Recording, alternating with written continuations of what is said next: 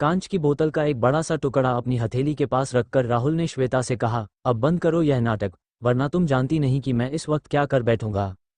राहुल की हड़बड़ाती हुई आवाज़ से साफ पता चल रहा था कि वो इस वक्त एक फेक नाटक करके श्वेता की सिंपैथी गेन करना चाहता था, मगर इस बार श्वेता उसके जाल में फंसने वाली नहीं थी। श्वेता ने राहुल की आंखों में आंखें डालकर कहा, मैंने तुमसे पहले भी कहा है कि हम दोनों के बीच अब कोई रिश्ता नहीं। तुम क्या करते हो, क्या करना चाहते हो, उससे ना तो मुझे कोई मतलब है और ना ही मुझे कोई फर्क पड़ता है। श्वेता के मुंह से यह बात सुनकर राहुल ने गुस्से से अपने हाथ में पकड़ा हुआ कांच का टुकड़ा जमीन पर फेंका। राहुल का मन कर रहा था कि वह श्वेता को अपने दोनों हाथों से जोर से पकड़े और किसी तरह उस पर जोर जबरदस्ती करके उसे फिर से मना ले, मगर इस बार राहुल के हाथों में इतनी हिम्मत नहीं थी। उसे पता था कि ऐसा करने पर उसे न सिर्फ श्वेता बल्कि अनिका का भी सामना करना पड़ेगा। राहुल ने गुस्से से अपना एक पाँव जोर से जमीन पर मारते हुए कहा, क्यों कर रही हो ये सब मेरे साथ?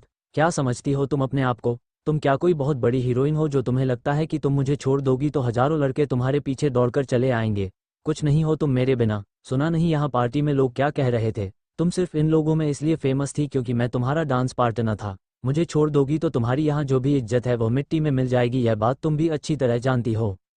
राहुल का असली चेहरा देखकर अब श्वेता को राहुल के लिए जो बची कुची फीलिंग थी वह भी बिल्कुल खत्म हो गई थी। श्वेता ने राहुल की आंखों में आंखें डालकर उससे कहा, इज्जत तो मेरी तब मिट्टी में मिल रही थी जब मैं तुम्हारे साथ घूम रही थी, और यह बात तुम अच्छी तरह से जानते हो। मेरे माँ बाप ने मुझे पाल पोस कर इसलिए बड़ा नहीं किया ताकि बड़े होने के बाद तुम जैसा कोई चालबाज लड़का मुझे धोखे से फंसा ले और जिंदगी भर का गुलाम बना ले। श्वेता की यह बात सुनकर राहुल ने बगल में रखे टेबल पर जोर से अपना हाथ मारा और लगभग चिल्लाते हुए श्वेता से कहने लगा, अब कहीं ना तुमने अपने मन की बात, यही बात तुम्हें अंदर से खाए जा रही थी। तुम अब ये तुम्हारी बहन के कहने पर मुझे छोड़ रही हो, और वह भी सिर्फ इसलिए क्योंकि मैं ऊंचे खानदान का लड़का नहीं हूं तुम लोगों की तरह, और अब तुम्हें अचानक इस बात का एहसास हुआ है कि तुम्हें भी किसी ऊंचे खानदान के लड़के के साथ मेलजोल बढ़ाना चाहिए और उसी से शादी करनी चाहिए, ना कि मुझ जैसे गरीब के साथ। राहुल ने ये सब श्वेता से कह तो दिया था, मगर एक सच्चाई वो भी जानता था कि अगर सचमुच श्वेता के मन में राहुल के लिए ऐसी बातें होती तो वह 2 साल राहुल के साथ रिलेशनशिप में रहकर अपना वक्त और अपने इमोशंस इस तरह बर्बाद नहीं करती। राहुल की बातें श्वेता को चुभने लगी थी, मगर वह अब राहुल के साथ लड़ झगड़कर बात और बिगाड़ना नहीं चाहती थी। इसलिए श्वेता ने बड़े आराम से अपने पाँव पर पाँव चढ़ाते हुए राहुल से कहा, please stay away from me. Shweta का ऐसा एटीट्यूड देखकर राहुल की बौखलाहट और ज्यादा बढ़ गई।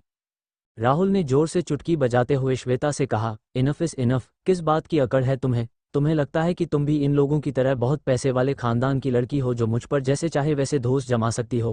प्लीज, तुम भूल रही हो कि अब तुम अमीर खानदान की लड़की नहीं रही। मल्होत्रा फार्मेसी बैंकक्रप्ट होने की कगार पर है, भूल गई? तुम लोगों की औकात अब बड़े खानदानों के लड़के लड़कियों के साथ उठने बैठने की नहीं रही। ये बात सब जानते हैं और तुम भी जानती हो अच्छी तरह।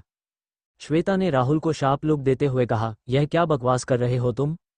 राहुल भी अब अपना आपा खोते हुए श्वेता से कहने लगा, ये बात थोड़े ही दिनों में तुम्हें भी पता चल जाएगी, जो मुझे कुछ ही दिन पहले पता चली है। तुम्हारी फैमिली का नाम आज के बाद ऊंचे खानदान में नहीं लिया जाएगा। दिल्ली के सारे ऊंचे खानदान तुम्हारे खानदान से रिश्ता तोड़ना चाहते हैं।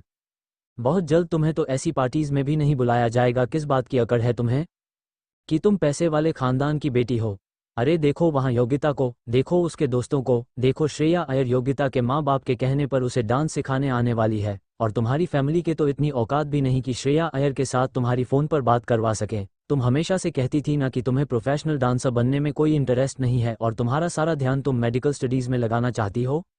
मगर मैं पहले से जानता था ऐसा नहीं है कि तुम प्रोफेशनल डांसर नहीं बनना चाहती, बल्कि तुम जानती हो कि तुम एक डांसर कभी नहीं बन सकती।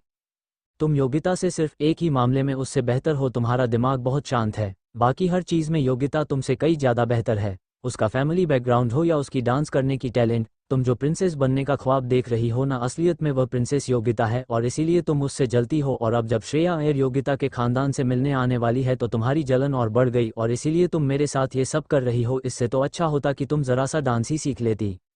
जब डांस हॉल के एक कोने में राहुल श्वेता से इस तरह की बातें कर रहा था, वहां एंट्रेंस के पास योगिता ने भीड़ के बीच में से अपना रास्ता बनाते हुए दरवाजे तक पहुंच गई थी। श्रेया अय्यर जैसे ही दरवाजे से दाखिल हुई, सारे लोगों ने उसे घेर लिया। कोई उसके पास ऑटोग्राफ लेना चाहता था तो कोई उसके साथ सेल्फी खिंचवाना चाहता था। श्रेया अय्यर हाइट में बाकी लड़कियों से काफ़ी लंबी थी। हॉल में मौजूद काफ़ी लड़कों से भी श्रेया की हाइट काफ़ी ज़्यादा लंबी थी, इसलिए श्रेया की पर्सनैलिटी बाकी लोगों से काफ़ी स्टैंड आउट होती थी। एक पतली सी लंबी लड़की कैजुअल आउटफिट में इस डांस फ्लो पर आई थी। श्रेया अय्यर ने ब्लैक लेगिंग और स्पोर्ट टी शर्ट के साथ एक बेसबॉल कैप पहनी थी। जैसे ही श्रेया अपने फैंस के लिए ऑटोग्राफ साइन करने लगी, उसके सामने खड़ी योगिता ने श्रेया से पूछा, हेलो श्रेया जी, क्या आपने मुझे पहचाना? मैं योगिता हूँ, योगिता रायचंद। श्रेया ने अपनी पलकें झपकाते हुए योगिता को देखकर कहा, हाँ रायचंद, तुम रायचंद जी की बेटी हो, योगिता रायचंद। योगिता श्रेया के मुंह से अपना नाम सुनकर जैसे पागल हो गई। वह लगभग उछल उछल कर श्रेया से कहने लगी, yes yes yes Shreya, I am Yogita Raichand और हमारी फैमिली ने तुमसे अपॉइंटमेंट ली है ताकि तुम मुझे डांस सिखा सको। श्रेया ने भी मुस्कुराकर योगिता की बातों का जवाब देते हुए कहा, यस आई रिमेंबर दैट। जैसे ही श्रेया ने योगिता से ये कहा, आसपास खड़े योगिता के सारे दोस्त श्रेया से ऑटोग्राफ और सेल्फी मांगने लगे। श्रेया ने 10-15 ऑटोग्राफ और कुछ लोगों को सेल्फी देने के बाद सबसे रिक्वेस्ट करते हुए कहा, देखिए मैं आप सबके इमोशन समझ सकती हूँ, I really appreciate your love and affection, मगर यहाँ मैं अपने किसी दोस्त से मिलने आया हूँ, please can you forgive me for some time. मैं वादा करती हूँ कि जाने से पहले आप सबको ऑटोग्राफ देकर जाऊंगी। पार्टी में आए यंग लड़के लड़कियां काफ़ी रिस्पेक्टेबल फैमिली से बिलोंग करते थे, इसलिए श्रेया की प्रिवेसी का ख्याल रखते हुए सबने श्रेया का रास्ता सामने से खाली करते हुए उसे हॉल के अंदर दाखिल होने दिया। जैसे ही श्रेया हॉल के अंदर चलकर जाने लगी, एंट्रेंस के पास मौजूद सारे लोग योगिता को देखकर उसकी तारीफों के पुल बांधने लगे। योगिता की चमची ने कहा, देखा आप लोगों ने, श्रेया अय्यर द ग्रेट, श्रेया हमारी योगिता को नाम से जानती है और सबके सामने उसने कबूल भी किया कि वह योगिता के घर जाकर उसे डांस सिखाने वाली है। वाह, हमारी योगिता के खानदान की तो बात ही कुछ अलग है। श्रेया अय्यर को इनवाइट कर दिया योगिता को डांस सिखाने के लिए। योगिता के दोस्त उसे कांग्रेचुलेट करने लगे, पर आसपास खड़े लोग इस बात से काफ़ी हैरान थे कि इतनी बड़ी स्टार श्रेया अय्यर योगिता को नाम से जानती थी। योगिता भी बड़े ही एटीट्यूड से मुस्कुराकर अपने एक हाथ से अपने बालों को संवारने लगी। योगिता को पता था कि अभी अभी डांस में श्वेता ने उससे बेहतर डांस करके बाजी मार ली थी, लेकिन लोग श्रेया अय्यर के आते ही वह सब कुछ भूल चुके थे। अब उन्हें याद थी तो सिर्फ एक बात कि श्रेया अय्यर पर्सनली योगिता रायचंद को जानती है। हॉल के अंदर जाकर श्रेया अनिका को यहाँ वहाँ ढूंढने लगी। उसने अचानक सोचा कि पहले वो वॉशरूम हो आए फिर अनिका को ढूंढेगी। जैसे ही श्रेया अय्यर वॉशरूम गई, एंट्रेंस के पास खड़ी योगिता की चमची ने हॉल के कोने में खड़े राहुल को श्वेता से बात करते हुए देखा। उस चमची ने योगिता की कान के पास जाकर कहा, जरा देखो उस तरफ, तुम यहाँ अपनी दोस्त श्रेया को मिलने क्या आई? वहाँ श्वेता मैडम ने फिर से राहुल पर अपना जादू चलाना शुरू कर दिया। योगिता इस वक्त ईगो और घमंड के 7वें आसमान पर थी। श्रेया अय्यर के साथ जान पहचान लोगों को दिखाकर उसने सबका दिल जीत लिया था। अब वक्त था डांस कंपटीशन में हुई उसकी हार का श्वेता से बदला लेने का। योगिता ने अपनी चमची को इशारा करके अपने पीछे आने को कहा। योगिता धीरे से चलते हुए राहुल और श्वेता के पास पहुंची और योगिता के पीछे पीछे सारी की सारी भीड़ राहुल और श्वेता के आसपास जमा हो गई। योगिता ने तरस खाते हुए श्वेता से कहा, यह क्या कर रही हो श्वेता तुम? और कितना गिराओगी छोटी सी बात के लिए तुम राहुल को? और कितनी सजा दोगी उसे?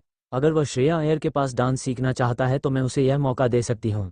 उसमें आखिर गलत क्या है? तुमने देखा ना किस तरह से अभी हमने बात की। वह मुझे पर्सनली पहचानती है। और राहुल तुम बिल्कुल फिक्र मत करो, जैसे ही श्रेया अपने दोस्त को मिलकर फ्री हो जाएगी मैं तुम्हें उससे मिलवा दूंगी। योगिता के मुंह से यह सुनते ही राहुल अपने गुस्से को भूलकर अचानक उछल पड़ा। वह योगिता से कहने लगा, क्या सचमुच तुम मुझे द ग्रेट श्रेया अय्यर से मिलवाओगी? योगिता ने आधी स्माइल देकर अपने दोस्तों को इशारा किया। योगिता के एक दोस्त ने राहुल से कहा, अरे भाई तुम जान पहचान की बात कर रहे हो?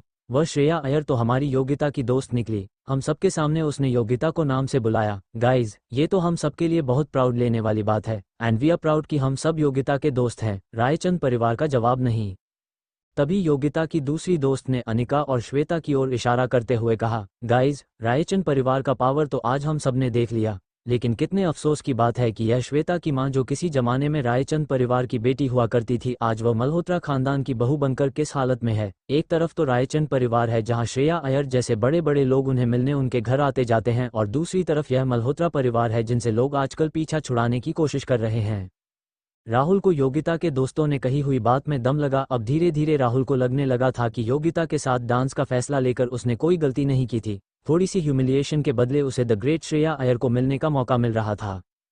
तभी योगिता ने अपनी उंगली हवा में घुमाते हुए श्वेता की ओर पॉइंट करके उससे कहा, पुअ श्वेता, डांस करने का बहुत शौक है तुम्हें, लेकिन अफसोस तुम मेरी डांसिंग टैलेंट को मैच नहीं कर पाती। मगर हाँ, अगर तुम चाहो तो श्रेया अय्यर के पास थोड़ी बहुत ट्रेनिंग लेकर ठीक ठाक डांस कर सकती हो। मैंने देखा है अभी तुम्हें, तुम कहो तो मैं श्रेया अय्यर के पास परमिशन ले सकती हूँ कि अगर वह तुम्हें थोड़ा बहुत डांस सिखा सके।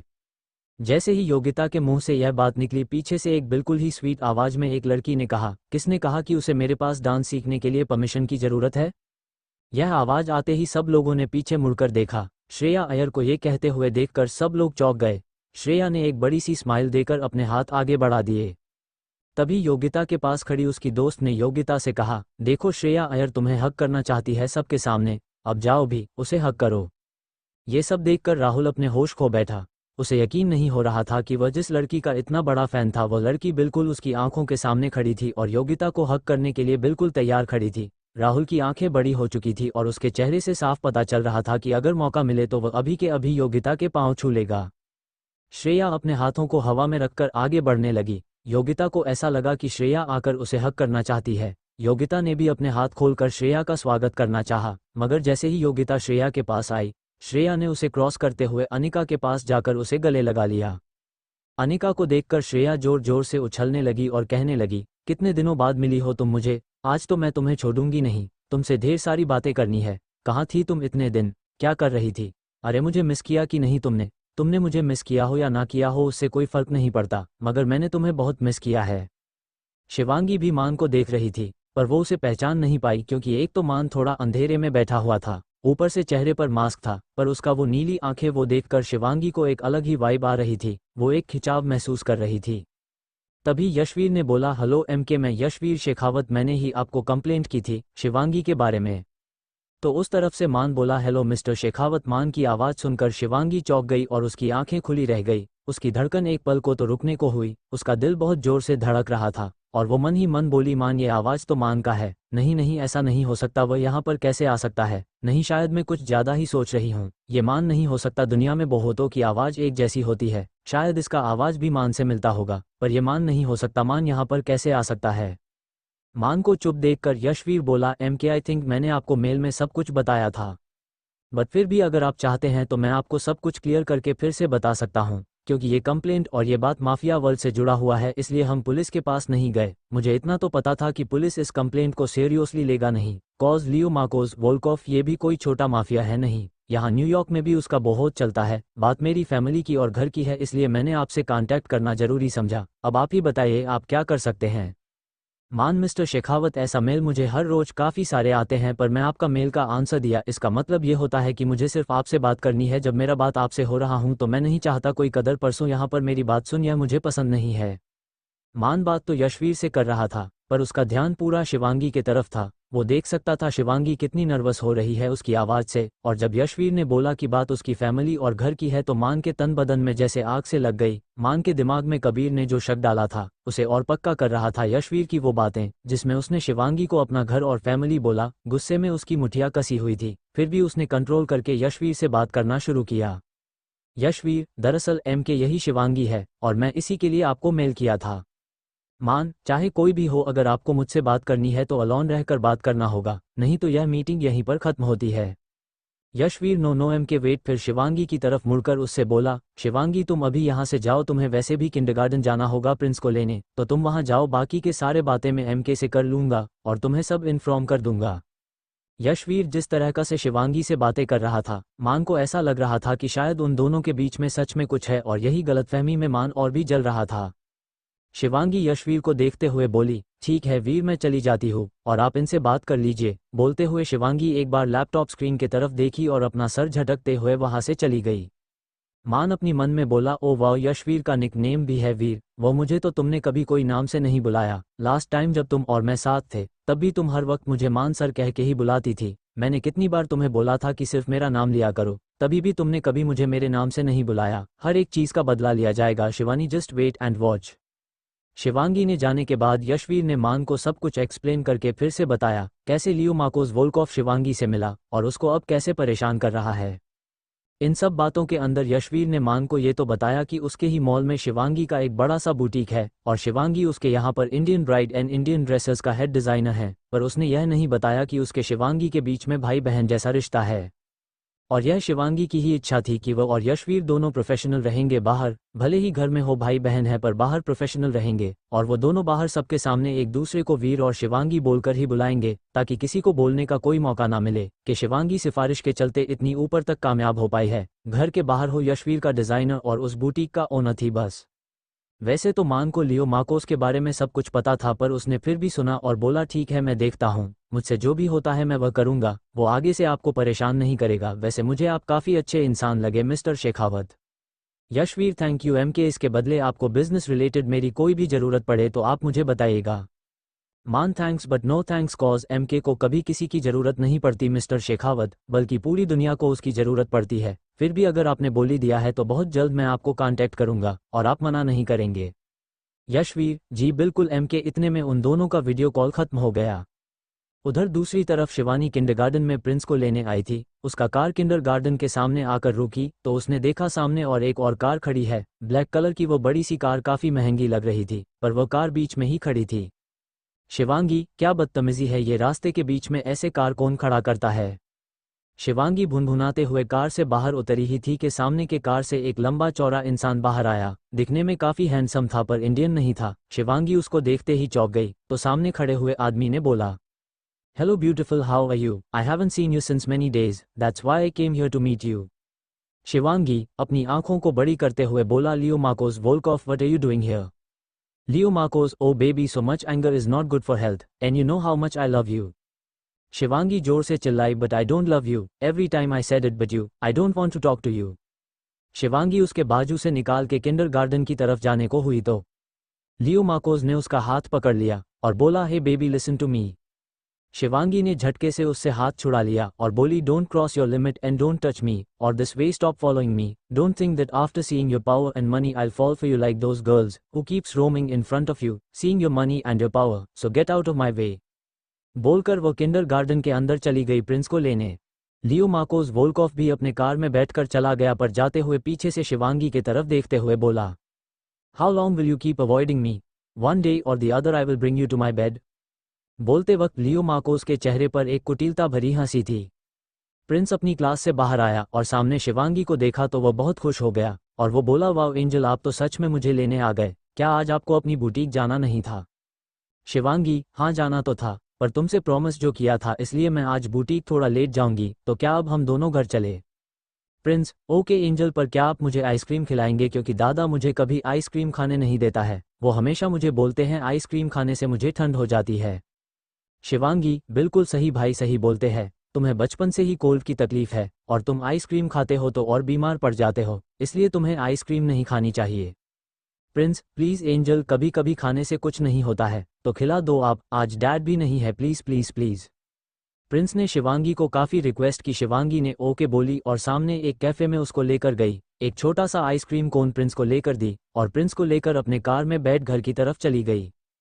प्रिंस थोड़ा नाराज था क्योंकि उसे बड़ी वाली आइसक्रीम टब चाहिए था जो शिवांगी ने उसे को लेकर नहीं दी थी। पेंटहाउस पहुंचने पर प्रिंस अपनी बैग लेकर चुपचाप अंदर चला गया अपने रूम में। यशवीर ने देखा तो शिवांगी से पूछा, इस क्या हुआ? शिवांगी, कुछ नहीं, आइसक्रीम का जिद कर रहा था, वो भी बड़े वाले टब की। मैंने छोटा सा कॉर्न लेकर दिया तो मुंह फूला लिया बस, और कुछ नहीं, थोड़ी देर में ठीक हो जाएगा। यशवीर, वैसे तुमने ही उसे बहुत पैम्पर कर रखा है। शिवांगी आइसक्रीम खाता है तो बीमार पड़ जाता है और यह है कि सुनता ही नहीं है। शिवांगी, छोटा है भाई, बड़ा हो जाएगा तो समझ जाएगा। वैसे भाई आपको एक बात और बतानी थी, पहले ये बताइए आपका और एमके का मीटिंग कैसा रहा और क्या बात हुई? एमके उर्फ मान के बारे में जिक्र करते वक्त शिवांगी की धड़कन बहुत बड़ी हुई थी। यशवीर, एमके ने बोला है कि वो लियो मार्कोस वोल्कोफ की तरफ ध्यान देगा और उससे बात करेगा, वो फिर कभी तुम्हारा पीछा नहीं करेगा। शिवांगी, पर भाई वो आज ही मुझे मिला था। यशवीर, क्या कहाँ मिला वो तुम्हें और क्या बोला उसने? शिवांगी, मैं जब किंडरगार्टन प्रिंस को लेने गई थी तो वो वहीं पर था, उसने मेरा हाथ भी पकड़ा भाई, और लियो मार्कोस ने जो भी किया और वहां पर जो भी बोला वो सब कुछ उसने यशवीर को बता दी। शिवांगी, वैसे तो मैंने उसे अच्छा खासा सुनाया है, पर मुझे नहीं लगता वो इससे मानेगा। डर लग रहा है भाई, ये हमारा देश नहीं है, अलग तरीके के लोग हैं, कहीं रात को आते वक्त उसने कुछ किया तो? यशवीर, कुछ नहीं करेगा शिवांगी, मैं अभी इस बारे में एमके को इन्फॉर्म करता हूँ। इतना बोलते ही यशवीर ने एमके को मतलब मान को ईमेल से सब कुछ बता दिया, जो भी किंडरगार्टन में हुआ था और शिवांगी ने उसे बोला था वो भी। America, Florida panhandle. यशवीर से वीडियो कॉन्फ्रेंस खत्म होने के कुछ देर बाद मान के फ़ोन पर एक ईमेल आया। मान ने उस ईमेल को ओपन करके देखा तो उसके आंखें गुस्से से लाल हो गई और उसने अपना दांत पीसते हुए बोला, now I will not tolerate this at all, she is only mine, whatever happens with her only I will do, I can't tolerate anyone else touching her. उसने तुरंत एरिक फ़ोन किया और गुस्से से अपने दांत पीसते हुए बोला, Eric, I want Leo Marcos Volkoff in front of me by evening, find where he is and pick him up. Eric क्या बात है एम के तुम्हें लियो मार्कोस वोल्कोव की क्या जरूरत पड़ गई, या उसने इस बार फिर से कुछ किया है? अगर किया भी है तो इतना छोटा मोटा मैटर के लिए तुम्हें अपना सर दुखाने की कोई जरूरत नहीं है, मैं यह मैटर देख लूंगा, सिर्फ तुम बताओ तो। एम के पहले उसने जो भी किया उसके लिए उसे समझाकर धमकाकर छोड़ दिया था, पर इस बार उसने जो किया है वो मैटर बड़ा है और मेरा है, इसलिए उसमें किसी को भी बीच में पड़ने की जरूरत नहीं है। Just do what I told, wherever he is, in whatever condition he is, find him and take him here.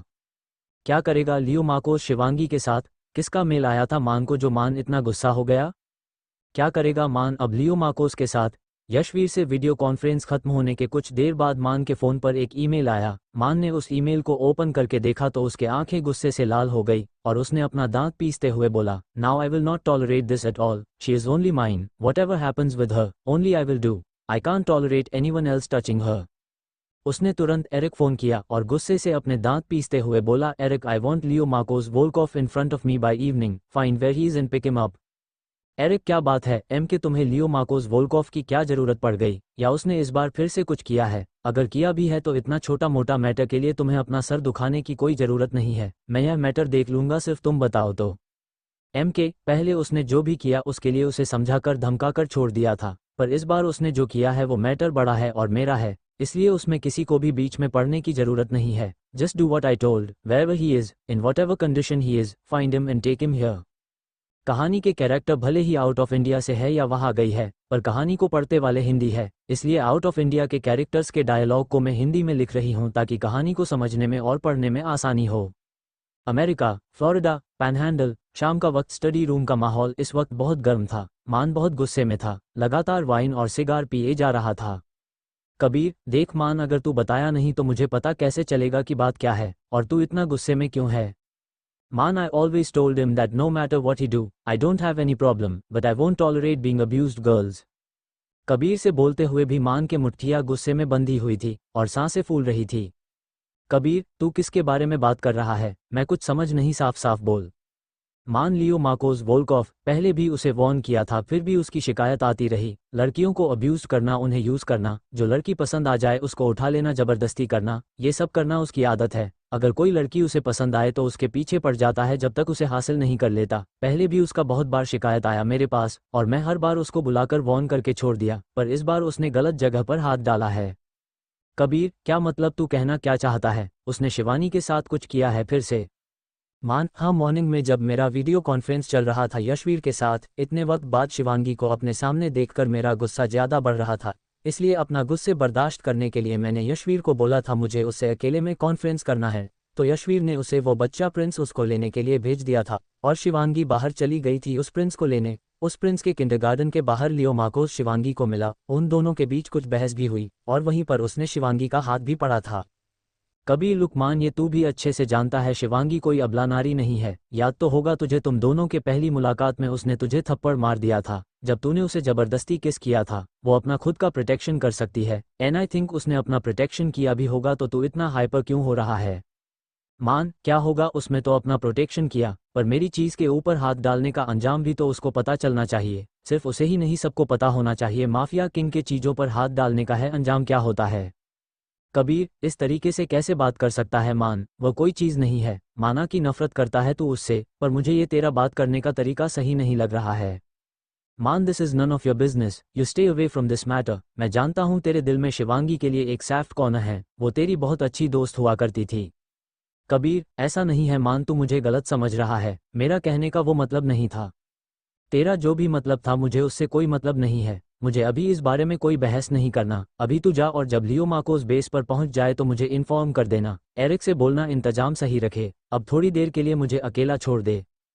Kabir ने उसके बातों को सुनकर एक लंबी सांस छोड़ी, उसे पता था मान को समझने का कोई फायदा तो होने वाला है नहीं, इसलिए वो वहां से चला गया। दूसरी तरफ the Venetian resort, Las Vegas, यहाँ के एक प्राइवेट रूम में एक प्राइवेट पार्टी हो रही थी, पर यह पार्टी कुछ अलग तरीके की थी। लड़कियां तो थी पर पार्टी करने वाला इंसान वहां पर एक ही था। एक आदमी किंग साइज बेड पर लेटा हुआ था और उसके आजू बाजू 3 लड़की। किसी की भी बदन पर कपड़े नहीं थे इस वक्त, जहां एक लड़की उसे आदमी को किस कर रही थी। वो आदमी भी उसे लड़की के बालों में हाथ डालकर उसे लड़की को पेशनेटली किस किए जा रहे था। बाकी दोनों लड़की उस आदमी के बदन को ऊपर से नीचे तक सहला रही थी। उनमें से एक लड़की ने जब नीचे जाकर उस आदमी के कमर के नीचे के हिस्से में किस और लीक करना शुरू किया, तभी एक झटके से उस रूम का गेट खुला और कुछ 10 बॉडीगार्ड अंदर आए और हाथ बांध कर खड़े हो गए। आवाज़ सुनकर वह आदमी जब लड़की को साइड किया तो उसे सामने बॉडीगार्ड्स दिखा। एक पल को तो उसे कुछ समझ नहीं आया, तभी उस दूर से एरिक अंदर आया। सामने की हालत देखकर वो घूम गया और बोला, don't you have enough shame left over to cover yourself in front of others Leo Marcos. Hotel के उस प्राइवेट रूम में जो आदमी था वो लियो मार्कोस वोल्कोव था।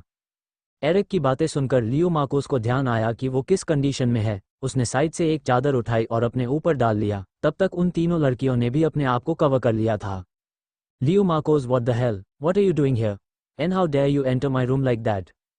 एरिक एमके का राइट हैंड था, इसलिए माफियाज में उसका भी पकड़ कुछ कम नहीं था। वो भी दिखने में जितना हैंडसम था, आदत से उतना ही क्रूएल था। उसके इशारे पर वो तीनों लड़कियों ने अपने कपड़े उठाकर वहां से भाग गए। लियो मार्कोस कुछ बोलने को हुआ तो एरिक अपने होठों पर एक उंगली रखकर बोला, shush, MK has ordered this, wherever you are, however you are, in whatever condition you are, I have to reach you to him in the same condition, so you have to come with me.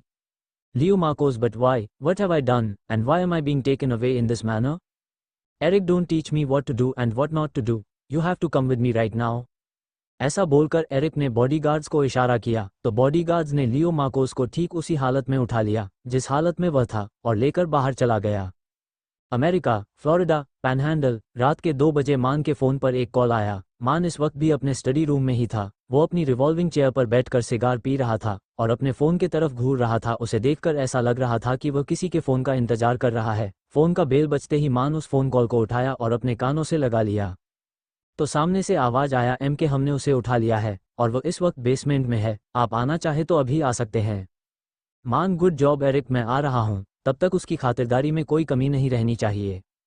MK के palace के ठीक नीचे एक basement बना हुआ था जहां पर इस वक्त बहुत जोरों से किसी का चिल्लाने का आवाज़ आ रहा था, जैसे किसी को बहुत टॉर्चर किया जा रहा हो। उसे बेसमेंट में चारों तरफ अंधेरा ही अंधेरा था और हर तरफ से सेल जैसा बना हुआ था। वो जगह दिखने में ही काफ़ी भयानक लग रही थी। मान अंदर आया और उसके किंग साइज चेयर पर बैठ गया। उस चेयर का डिज़ाइन भी काफ़ी अजीब था। ब्लैक कलर का वो चेयर जिसके ऊपर से डेविल का डिज़ाइन बना हुआ था और दोनों साइड के हैंडस्टैंड के ऊपर शेर का डिज़ाइन बना हुआ था। मान चेयर पर किंग के जैसा बैठ गया। सिगार अभी भी उसके हाथों में थी, आंखें गुस्से में लाल। तभी उसने सिगार का कश लेते हुए पूछा, कैसे हो लियो मार्कोस वोल्कोव, खातिरदारी में कोई कमी तो नहीं रह गई? क्या करेगा मान लियो मार्कोस के साथ? क्या लियो मार्कोस मान जो बोलेगा वह मानेगा? एमके, हमने उसे उठा लिया है और वह इस वक्त बेसमेंट में है, आप आना चाहे तो अभी आ सकते हैं। मान, गुड जॉब एरिक, मैं आ रहा हूँ। तब तक उसकी खातिरदारी में कोई कमी नहीं रहनी चाहिए।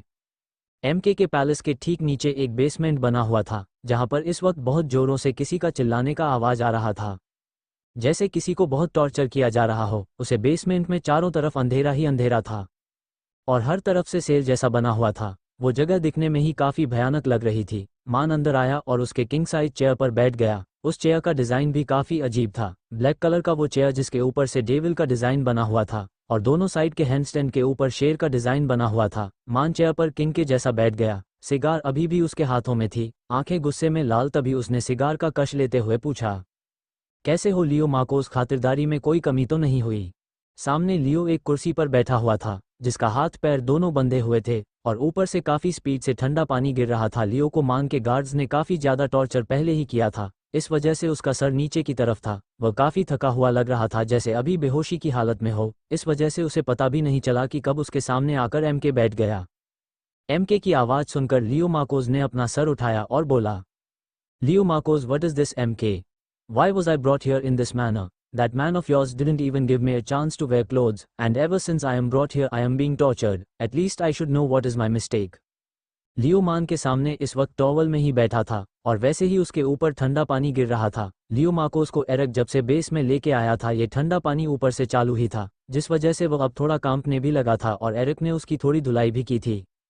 एमके, गलती तो बहुत बड़ी है, पर अगर तुम वादा करते हो तुम मेरा बात मानकर उस गलती को नहीं दोहराओगे तो मैं तुम्हें छोड़ दूंगा, cause your father is my good friend और he is also a good person.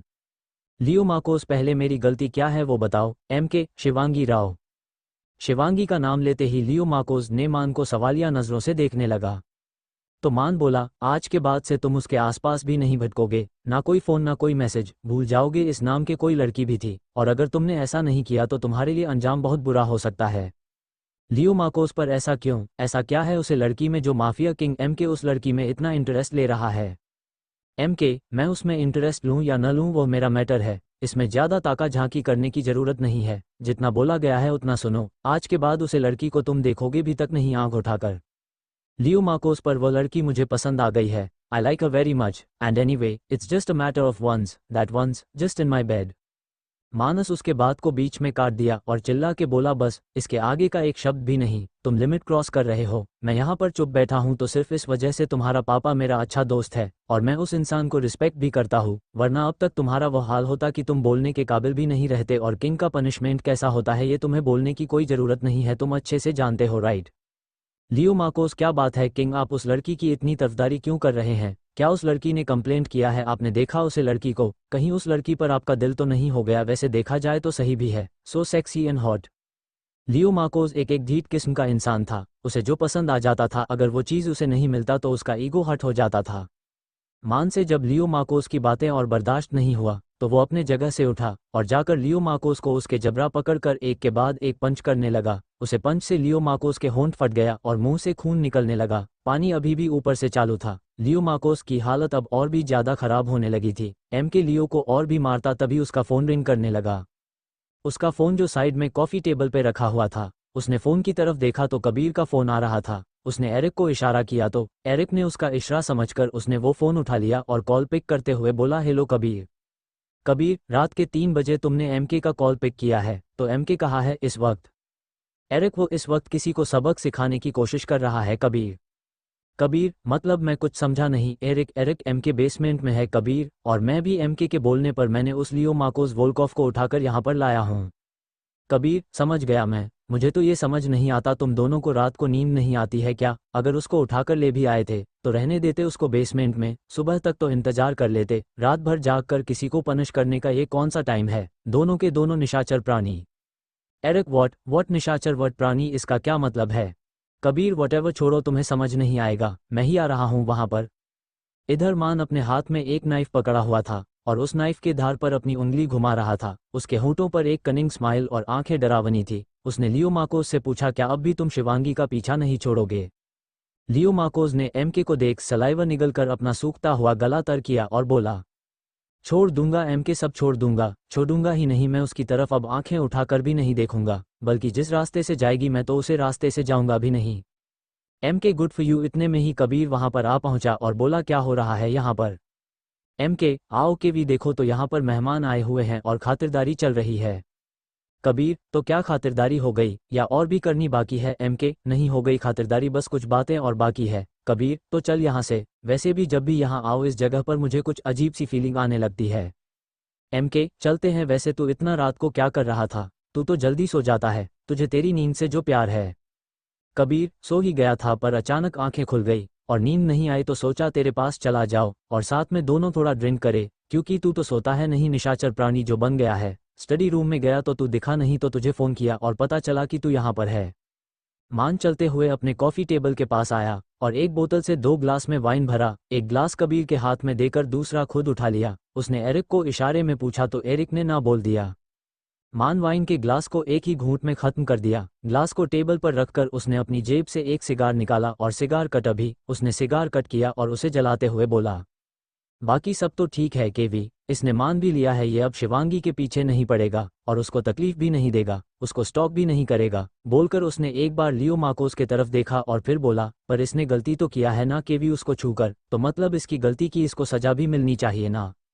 मान इस वक्त कोई साइको की तरह दिख रहा था। कबीर ने बोला, देख एमके, अगर उसने मान लिया है कि यह अब उसका कभी पीछा नहीं करेगा तो अब इसको छोड़ देना चाहिए। वैसे भी तूने इसको काफ़ी पनिश कर दिया है, इसकी हालत भी खराब होते जा रही है, हमें लगता है इसको अब छोड़ देना चाहिए। MK, no this is my world and whoever does a mistake will be punished, तो इसे भी इसकी गलती की सजा मिली चाहिए ना केवी। बोलते हुए वो लियो मार्कोस के पास गया। लियो मार्कोस की हालत पहले ही बहुत खराब थी, उसकी आंखें भी नहीं खुल रही थी, पानी ऊपर से अभी भी चालू था। एक तो पानी का प्रेशर, ऊपर से मान और एरिक का मार। वो तकरीबन बेहोश हो चुका था। मान के हाथ में वो सिगार कटर अभी भी था। उसने उस कटर को लियो मार्कोस के एक उंगली उसमें डालकर उसको काट दिया। बेसमेंट में एक दर्दनाक चीख चारों तरफ गूंज गई। कबीर और एरिक बिना एक्सप्रेशन के मान को देख रहा था, जैसे उन्हें पता हो एमके किंग ऐसा ही है और ऐसे ही सबको सजा देता है। मान का हाथ खून से भरा हुआ था। सामने लियो मार्कोस बेहोश हो चुका था। उसने खून भरे हाथों से ही अपना मोबाइल उठाया और लियो मार्कोस के उसी हालत में एक फोटो क्लिक कर लिया और बोला, इसे उठाओ और इसके बाप के पास भेजो। बोलकर वो वहां से कबीर और एरिक के साथ चला गया। न्यूयॉर्क मैनहट्टन, रात के 4 बजे एक मैसेज ट्यून से शिवांगी की आंख खुल गई। उसने फ़ोन उठाकर देखा तो कोई अननोन नंबर से कुछ फोटोज और मैसेज भेजी गई थी। पहले तो उसने इग्नोर करने की सोची, फिर कुछ सोचकर उसने उस मैसेज बॉक्स को ओपन की। मैसेज ओपन करते ही उसके सामने जो तस्वीर आई उससे उसकी आंखें बड़ी हो गई और फ़ोन पर उसके हाथ कश गई। फ़ोन पे लियो मार्कोस की वही फ़ोटो थी जो मान के खींची थी। हाथ बंधे हुए वो एक कुर्सी पर बैठा था। उसके हाथ से खून बह रहा था, आंखें बंद थी और सर भी एक तरफ झुका हुआ था। ऊपर से पानी आ रहा था और बदन पे कोई कपड़ा नहीं था सिवाय कमर पर टॉवल के। कुछ नीचे लिखा हुआ भी था। उसने पढ़ा तो लिखा था, hello love surprise. Everyone gets punished for his mistake, so this one has also been punished for his mistake. Shivangi ने डर के अपना फ़ोन साइड में फेंक दिया और अपने मुंह पर हाथ रख लिया। वो बहुत डर गई थी और वो मैसेज हेलो लव वाला उसे पढ़ के उसे कुछ अजीब सी फीलिंग आ रही थी। अब क्या करेगा मान शिवांगी के साथ? क्या लियो मार्कोस सच में शिवांगी का पीछा छोड़ देगा? शिवांगी क्या करेगी इस मैसेज को और फोटो देखकर? क्या अब सुकून जी पाएगी वो, या कोई नई तूफान उसकी ज़िंदगी में आने वाला है? रात के 4 बजे एक मैसेज ट्यून से शिवांगी की आंख खुल गई। उसने फ़ोन उठाकर देखा तो कोई अननोन नंबर से कुछ फोटोज और मैसेज भेजी गई थी। पहले तो उसने इग्नोर करने की सोची, फिर कुछ सोचकर उसने उस मैसेज बॉक्स को ओपन की। मैसेज ओपन करते ही उसके सामने जो तस्वीर आई उससे उसकी आंखें बड़ी हो गई और फ़ोन पर उसके हाथ कश गई। फ़ोन पे लियो मार्कोस की वही फ़ोटो थी जो मान के खींची थी। हाथ बंधे हुए वो एक कुर्सी पर बैठा था। उसके हाथ से खून बह रहा था, आंखें बंद थी और सर भी एक तरफ झुका हुआ था। ऊपर से पानी आ रहा था और बदन पे कोई कपड़ा नहीं था सिवाय कमर पर टॉवल के। कुछ नीचे लिखा हुआ भी था। उसने पढ़ा तो लिखा था, hello love surprise, everyone gets punished for his mistake, so this one has also been punished for his mistake. Shivangi ने डर के अपना फ़ोन साइड में फेंक दिया और अपने मुंह पर हाथ रख लिया। वो बहुत डर गई थी और वो मैसेज हेलो लव वाला उसे पढ़ के उसे कुछ अजीब सी फीलिंग आ रही थी। शिवांगी की नींद पूरी तरह से उड़ चुकी थी। लियो मार्कोस की वो हालत, फ़ोन पर वो मैसेज और एमके की वो नीली आंखें, उसके दिमाग में यही सब घूम रही थी। वो बेड से उठी और साइड का स्लाइडिंग खोलकर बालकनी में आ गई। उसका रूम का वो बड़ी सी बेल्कनी बहुत खूबसूरती से सजाया हुआ था। चारों तरफ फूलों के पौधे लगाए हुए थे। एक साइड एक झूला लगा हुआ था, दूसरी साइड 2 चेयर के साथ एक टेबल रखा हुआ था। वो जाकर झूले पर अपने दोनों पर उठकर बैठ गई और चांद की तरफ देखकर वो अपने आप से ही बातें करने लगी। एमके, उसकी वो नीली आंखें मुझे अपनी जानी पहचानी से क्यों लग रही है? क्या वह मान हो सकता है? पर मान यहाँ पर कैसे आ सकता है? कुछ पलों में उसने फिर से कहा, क्यों नहीं आ सकता? इतना बड़ा बिजनेसमैन है वो तो कहीं भी आ जा सकता है। शिवांगी अपने अंदर ही अंदर अपने दिल से और दिमाग से लड़ रही थी। पर वो तो एमके है, कितना क्रूएल है वो, और इतना डरावना भी। मान तो ऐसा बिल्कुल नहीं है। उस फोटोज और मैसेज में उसने उस लियो मार्कोस वोल्कोव का क्या हालत किया है? इतना क्रूएल कोई कैसे हो सकता है? मान तो ऐसा कभी ना था। उस एमके की नीली आंखों में जहां नफरत और गुस्सा देखी थी मैंने, मान की आंखों में मैंने हमेशा अपने लिए प्यार देखा है। उसने अपना सर झटकते हुए कहा, नहीं नहीं, यह मान नहीं हो सकता। फिर कुछ देर बाद उसने अपने आप से ही बोली, कैसे होंगे आप मान? क्या मुझे भूल गए होंगे? नफरत करते होंगे शायद मुझसे, और करना भी चाहिए। पर मैं भी क्या करती? मुझे जो आपके साथ करने के लिए कहा जा रहा था वह मैं कर नहीं पा रही थी। मेरा दिल गवाही ही नहीं दे रहा था ऐसा काम करने के लिए, और सच भी नहीं बोल पा रही थी आपसे। जानती हूँ गलत हूँ और डरपोक भी, इसीलिए ये डर से कि आपको पता चलने के बाद क्या होगा और आपकी आंखों में अपने लिए नफरत ना देखूं, इस वजह से मैं वहां से भाग गई। आपने हमेशा मुझसे बोला आपको झूठ से नफरत है, और मैं हमेशा आपसे झूठ ही तो बोलती रही। यह गिल्ट मुझे हमेशा तड़प रही हूँ आपके बगैर। मान, आपसे दूर आके कभी चैन की नींद सो ही नहीं पाए। शिवांगी उठकर अंदर जाकर अपना मोबाइल लेकर आई और सॉन्ग प्ले करके साइड में रख दी। सॉन्ग सुनते हुए वो फिर से अपने आप से बातें करने लगी। मैं जहाँ रहूं, मैं कहीं भी हूँ, तेरी याद साथ है। जाने किसकी तलाश उनकी आंखों में थी। आरजू के मुसाफिर भटकते रहे, जितने भी वो चले उतने ही बिछ गए। राह में फासले ख्वाब मंजिल थे और मंजिलें ख्वाब थी। रास्तों से निकलते रहे रास्ते, जाने किस वास्ते आरजू के मुसाफिर भटकते रहे। अब तो ऐसा लगता है कि आपके यादों के सहारे में ही ये बाकी की जिंदगी गुजारनी पड़ेगी, क्योंकि आपसे नजरें मिलाने की हिम्मत तो मुझ में अब भी नहीं है। मैं जहाँ रहूँ, मैं कहीं भी हूँ, तेरी याद साथ है, किसी से कहूँ कि नहीं कहूँ ये जो दिल की बात है। कहने को साथ अपने एक दुनिया चलती है, पर छुप के इस दिल में तन्हाई पलती है, बस याद साथ है, तेरी याद साथ है, तेरी याद साथ है, तेरी याद साथ है। बहुत याद आती है आपकी मान, आपका वो नज़रों से बातें करना, वो पहली बार फायरफ्लाइज बीच में आपका मुझे प्रोपोज करना, आपके होंठों की वो एहसास, वो फार्म हाउस में हमारा एक साथ वक्त बिताना, और वो रात, हमारे मिलन की पहली और साथ में आखिरी रात। मैं जहाँ रहूँ, मैं कहीं भी हूँ, तेरी याद साथ है। कोई पुरानी याद मेरा रास्ता रोके मुझसे कहती है, इतनी जलती धूप में यूं कब तक घूमोगे। आओ चल के बीते दिनों की छाँव में बैठें, उस लम्हे की बात करें कि जिसमें कोई फूल खिला था। उस रात को हमारे बीच जो भी हुआ वो कोई जिस्मानी नहीं, मेरे लिए वो एक रूहानी एहसास थी। मैं नशे में थी और आप भी, पर जहाँ तक मुझे याद है वो लम्हे बहुत खूबसूरत थी। सोचती हूँ काश हम कभी ऐसे रेंटेड और क्रिएटेड लव के तरह ना मिलकर कुछ अलग तरह से मिलते, तो शायद हम कभी बिछाड़ते नहीं। ना मैं कहीं तुम्हें छोड़कर जाती, ना तुम्हें मुझको छोड़कर कहीं जाने देती। हम साथ होते और बहुत खुश होते। उस लम्हे की बात करें कि जिसमें किसी आवाज़ की चांदी खनक उठी थी। उस लम्हे की बात करें कि जिसमें किसी की नज़रों के मोती बरसे थे। कोई पुरानी याद मेरा रास्ता रोके मुझसे कहती है, इतनी जलती धूप में यूं कब तक घूमोगे। दूसरी तरफ मान भी इस वक्त स्टडी रूम के बालकनी में खड़ा था। हाथों में वाइन का बोतल था जिससे वो धीरे धीरे घुट भर रहा था, और वहां भी उसके स्टडी रूम में वही गाना बज रहा था। चांद को देखते हैं, उसने बोला, और मैं काश के कभी तुमसे कभी मिला ही नहीं होता। तुम मुझे छोड़कर चली गई, अकेला छोड़कर मैं टूटकर बिखर गया, और तुमने मूव ऑन भी कर ली। वाह तेरी मोहब्बत।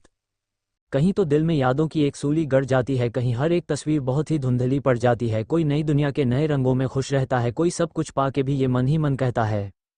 कहने को साथ अपने एक दुनिया चलती है, पर छुप के इस दिल में तन्हाई पलती है, बस याद साथ है, तेरी याद साथ है, तेरी याद साथ है।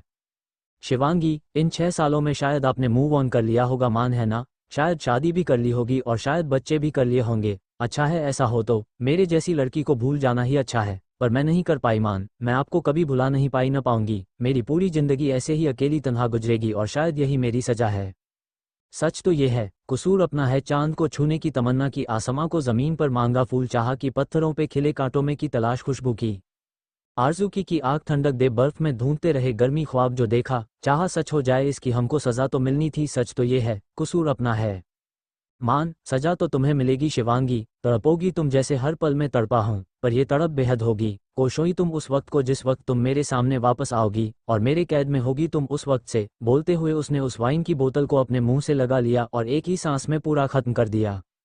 कहीं तो बीते कल की जड़ें दिल में ही उतर जाती हैं, कहीं जो धागे टूटे तो मालाएं बिखर जाती हैं। कोई दिल में जगह नई बातों के लिए रखता है, कोई अपनी पलकों पर यादों के दिए रखता है। कहने को साथ अपने एक दुनिया चलती है, पर छुप के इस दिल में तन्हाई पलती है, बस याद साथ है, तेरी याद साथ है, तेरी याद साथ है। यार अब मुझे भी रोना आ रहा है। आप लोग पढ़ते वक्त ये सॉन्ग सुनना, इस वक्त इन दोनों के जो हालात है वो आप लोगों को जरूर फील होगा। यशवीर से वीडियो कॉन्फ्रेंस खत्म होने के कुछ देर बाद मान के फ़ोन पर एक ईमेल आया। मान ने उस ईमेल को ओपन करके देखा तो उसके आंखें गुस्से से लाल हो गई, और उसने अपना दांत पीसते हुए बोला, now I will not tolerate this at all. She is only mine, whatever happens with her only I will do. I can't tolerate anyone else touching her. उसने तुरंत एरिक फ़ोन किया और गुस्से से अपने दांत पीसते हुए बोला, Eric, I want Leo Marcos Volkoff in front of me by evening, find where he is and pick him up.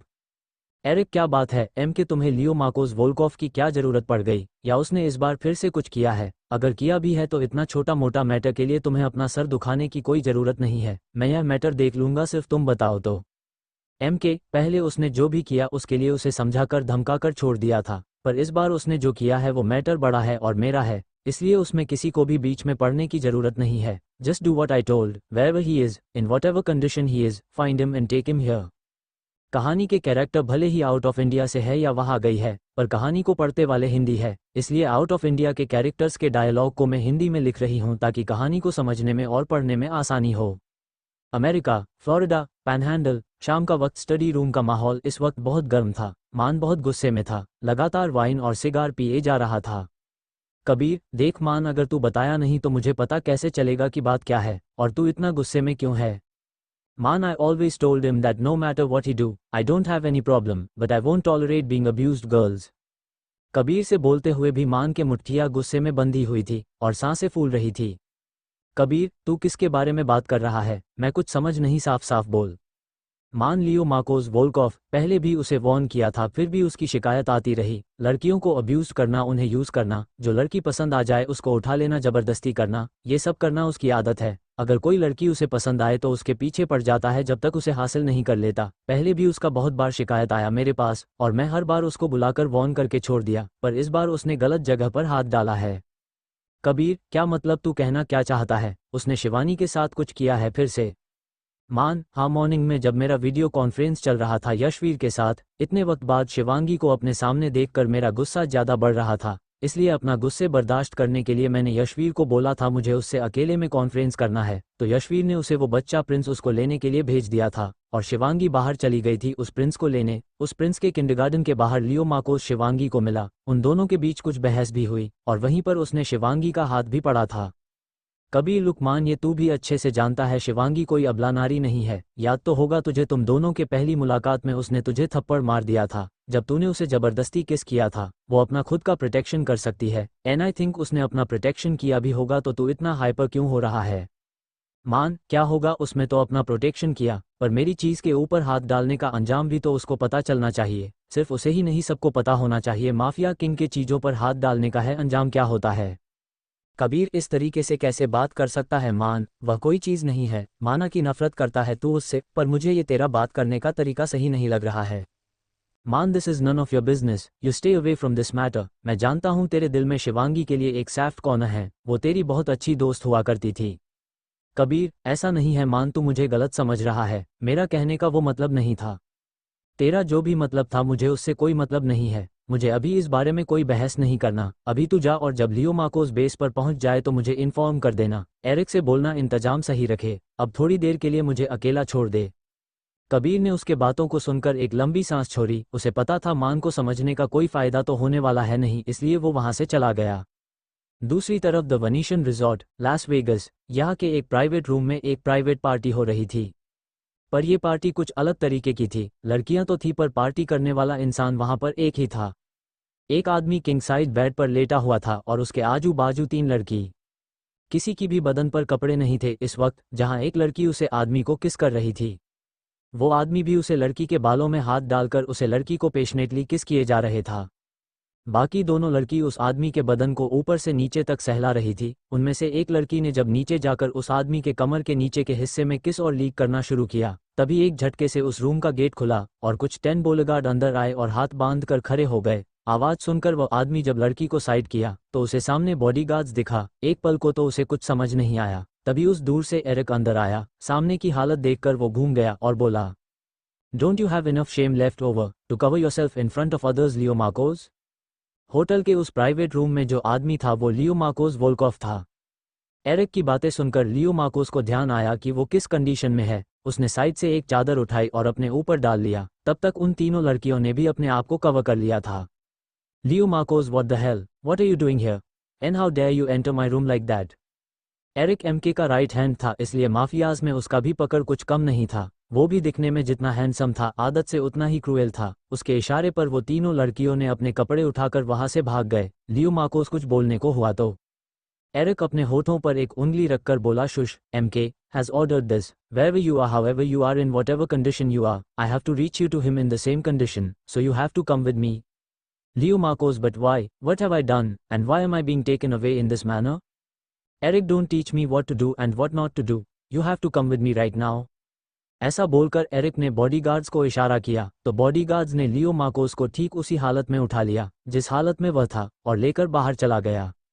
America, Florida, panhandle, रात के 2 बजे मान के फ़ोन पर एक कॉल आया। मान इस वक्त भी अपने स्टडी रूम में ही था। वो अपनी रिवॉल्विंग चेयर पर बैठकर सिगार पी रहा था और अपने फ़ोन की तरफ घूर रहा था। उसे देखकर ऐसा लग रहा था कि वह किसी के फ़ोन का इंतजार कर रहा है। फ़ोन का बेल बजते ही मान उस फ़ोन कॉल को उठाया और अपने कानों से लगा लिया तो सामने से आवाज़ आया, एमके, हमने उसे उठा लिया है और वो इस वक्त बेसमेंट में है, आप आना चाहे तो अभी आ सकते हैं। मान, गुड जॉब एरिक, मैं आ रहा हूँ। तब तक उसकी खातिरदारी में कोई कमी नहीं रहनी चाहिए। एमके के पैलेस के ठीक नीचे एक बेसमेंट बना हुआ था जहां पर इस वक्त बहुत जोरों से किसी का चिल्लाने का आवाज आ रहा था, जैसे किसी को बहुत टॉर्चर किया जा रहा हो। उसे बेसमेंट में चारों तरफ अंधेरा ही अंधेरा था और हर तरफ से सेल जैसा बना हुआ था। वो जगह दिखने में ही काफी भयानक लग रही थी। मान अंदर आया और उसके किंग साइज चेयर पर बैठ गया। उस चेयर का डिजाइन भी काफी अजीब था। ब्लैक कलर का वो चेयर जिसके ऊपर से डेविल का डिजाइन बना हुआ था और दोनों साइड के हैंडस्टैंड के ऊपर शेर का डिजाइन बना हुआ था। मान चेयर पर किंग के जैसा बैठ गया। सिगार अभी भी उसके हाथों में थी, आंखें गुस्से में लाल। तभी उसने सिगार का कश लेते हुए पूछा, कैसे हो लियो मार्कोस वोल्कोव, खातिरदारी में कोई कमी तो नहीं रह गई? क्या करेगा मान लियो मार्कोस के साथ? क्या लियो मार्कोस मान जो बोलेगा वह मानेगा? शिवांगी, इन 6 सालों में शायद आपने मूव ऑन कर लिया होगा मान, है ना? शायद शादी भी कर ली होगी और शायद बच्चे भी कर लिए होंगे। अच्छा है ऐसा हो तो, मेरे जैसी लड़की को भूल जाना ही अच्छा है। पर मैं नहीं कर पाई मान, मैं आपको कभी भुला नहीं पाई, न पाऊंगी। मेरी पूरी जिंदगी ऐसे ही अकेली तन्हा गुजरेगी और शायद यही मेरी सजा है। मान, सजा तो तुम्हें मिलेगी शिवांगी, तड़पोगी तुम जैसे हर पल में तड़पा हूं, पर यह तड़प बेहद होगी। कोशोई तुम उस वक्त को जिस वक्त तुम मेरे सामने वापस आओगी, और मेरे कैद में होगी तुम उस वक्त से। बोलते हुए उसने उस वाइन की बोतल को अपने मुंह से लगा लिया और एक ही सांस में पूरा खत्म कर दिया। कहने को साथ अपने एक दुनिया चलती है, पर छुप के इस दिल में तन्हाई पलती है। बस याद साथ है, तेरी याद साथ है, तेरी याद साथ है अमेरिका मैनथान। सुबह हो चुकी थी और शिवांगी अभी भी बेलकनी बालकनी में ही थी। रात को चांद तारों के साथ झूले में उसकी आंखें कब लगी उसे पता भी नहीं चला। डोर नॉक के आवाज से उसकी आंखें खुली और बोली, शिट, रात को शायद मैं यहीं पर सो गई थी। कब आंख लग गई कुछ पता ही नहीं चला। अपने चेहरे पर हाथ घुमाते हुए उसने अपने लंबे खुले हुए बालों को सही किया और म्यूजिक को ऑफ कर दिया जो उसके मोबाइल में अभी भी बज रहा था। एक बार फिर से उसे डोर नॉक की आवाज आई तो वह अपने रूम में आकर डोर खोलने के लिए चली गई। दरवाजा खोली तो सामने यशवीर खड़ा था। शिवांगी, क्या बात है भाई इतनी सुबह सुबह? यशवीर, शिवांगी, इतनी जल्दी? जल्दी नहीं, 9 बजे चुके हैं। क्या बात है शिवांगी, तुम तो 8 बजे तक नीचे पहुंच जाती हो। आज 8:30 बज गए थे। हम ब्रेकफास्ट टेबल पर तुम्हारा इंतजार कर रहे थे। काफी वक्त तक तुम आई नहीं तो मुझे लगा कहीं तुम्हारी तबीयत तो खराब नहीं हो गई, इसलिए मैं ही ऊपर चला आया तुम्हें देखने। शिवांगी, नहीं भाई, तबीयत तो सही है। वह रात को थोड़ा लेट सोने के वजह से नींद थोड़ा देर से खुली, बस और कुछ नहीं। शिवांगी यशवीर को और परेशान नहीं करना चाहती थी, इसलिए उसने रात को आया हुआ मैसेज और पिक्चर्स के बारे में यशवीर को कुछ नहीं बोली। यशवीर, चलो ठीक है कोई बात नहीं। वैसे एमके की तरफ से एक मैसेज आया था कि सारे प्रॉब्लम सॉल्व हो गए हैं, अब वो लियो मार्कोस तुम्हारा पीछा नहीं करेगा। तुम आराम से अब अपना काम कर सकती हो और कहीं भी आ और जा सकती हो। शिवांगी, आप उन्हें थैंक यू मैसेज भेज दीजिएगा भाई, और आप नीचे चलिए, मैं फ्रेश होकर आती हूँ ब्रेकफास्ट के लिए, फिर साथ में ही निकलेंगे ऑफिस के लिए।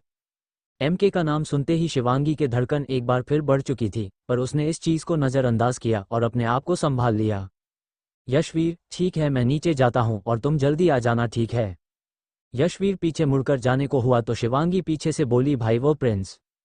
यशवीर, वो भी उठ चुका है और वो फ्रेश होने गया है, और उसकी टेंशन तुम मत लो शिवांगी, उसकी नैनी है, कभी कभी उसे भी संभालने दिया करो। हर वक्त तुम उसके साथ रहोगी तो वह और किसी के पास जाएगा ही नहीं, और फिर उसे और हम सबको प्रॉब्लम होगी। जब हम उसके पास नहीं रहेंगे तब उसको थोड़ा सेल्फ डिपेंडेंट बनने की भी जरूरत है। शिवांगी, बात तो आप सही कह रहे हैं भाई, पर वह छोटा है अभी और इस उम्र में अपनों की जरूरत सबसे ज्यादा होती है। यशवीर, तुम सही कह रही हो शिवांगी, पर तुम जानती हो यहाँ पर सभी काम करते हैं। तुम्हें भी अपना ऑफिस और बुटीक जाना होता है, मुझे भी ऑफिस जाना होता है। कभी कभी मैं आउट ऑफ स्टेट या आउट ऑफ कंट्री भी चला जाता हूँ मीटिंग्स के लिए। मुक्ति को भी अपना प्रैक्टिस पर जाना होता है, वो भी अपने कॉन्सर्ट के लिए ज़्यादातर बाहर आउट ऑफ ही रहती है। हर वक्त उसके साथ हम में से कोई ना कोई नहीं रह सकता, और इसलिए उसके लिए वो नैनी रखा गया है, और वो बहुत अच्छी भी है। शिवांगी, जी भाई मैं समझती हूँ और उसे भी समझाऊंगी। यशवीर, यही सही रहेगा शिवांगी, थोड़ा समझाओ उसे, ना तो वह तुम्हारे बगैर खाता है ना स्कूल जाता है। एक तुम ही हो जो उसे समझा सकती हो। शिवांगी, जी भाई आप चलिए मैं आती हूँ। यशवीर चला गया तो शिवांगी भी अपने क्लोजेट से कपड़े लेकर फ्रेश होने चली गई। दूसरी तरफ अमेरिका, फ्लोरिडा, पैनहैंडल, मान भी इस वक्त बालकनी में ही सोया हुआ था। उसके चारों तरफ वाइन के बॉटल्स और सिगार के बड्स पड़े हुए थे। ऐसा लग रहा था पूरी रात उसने वाइन और सिगार ही पिया हो।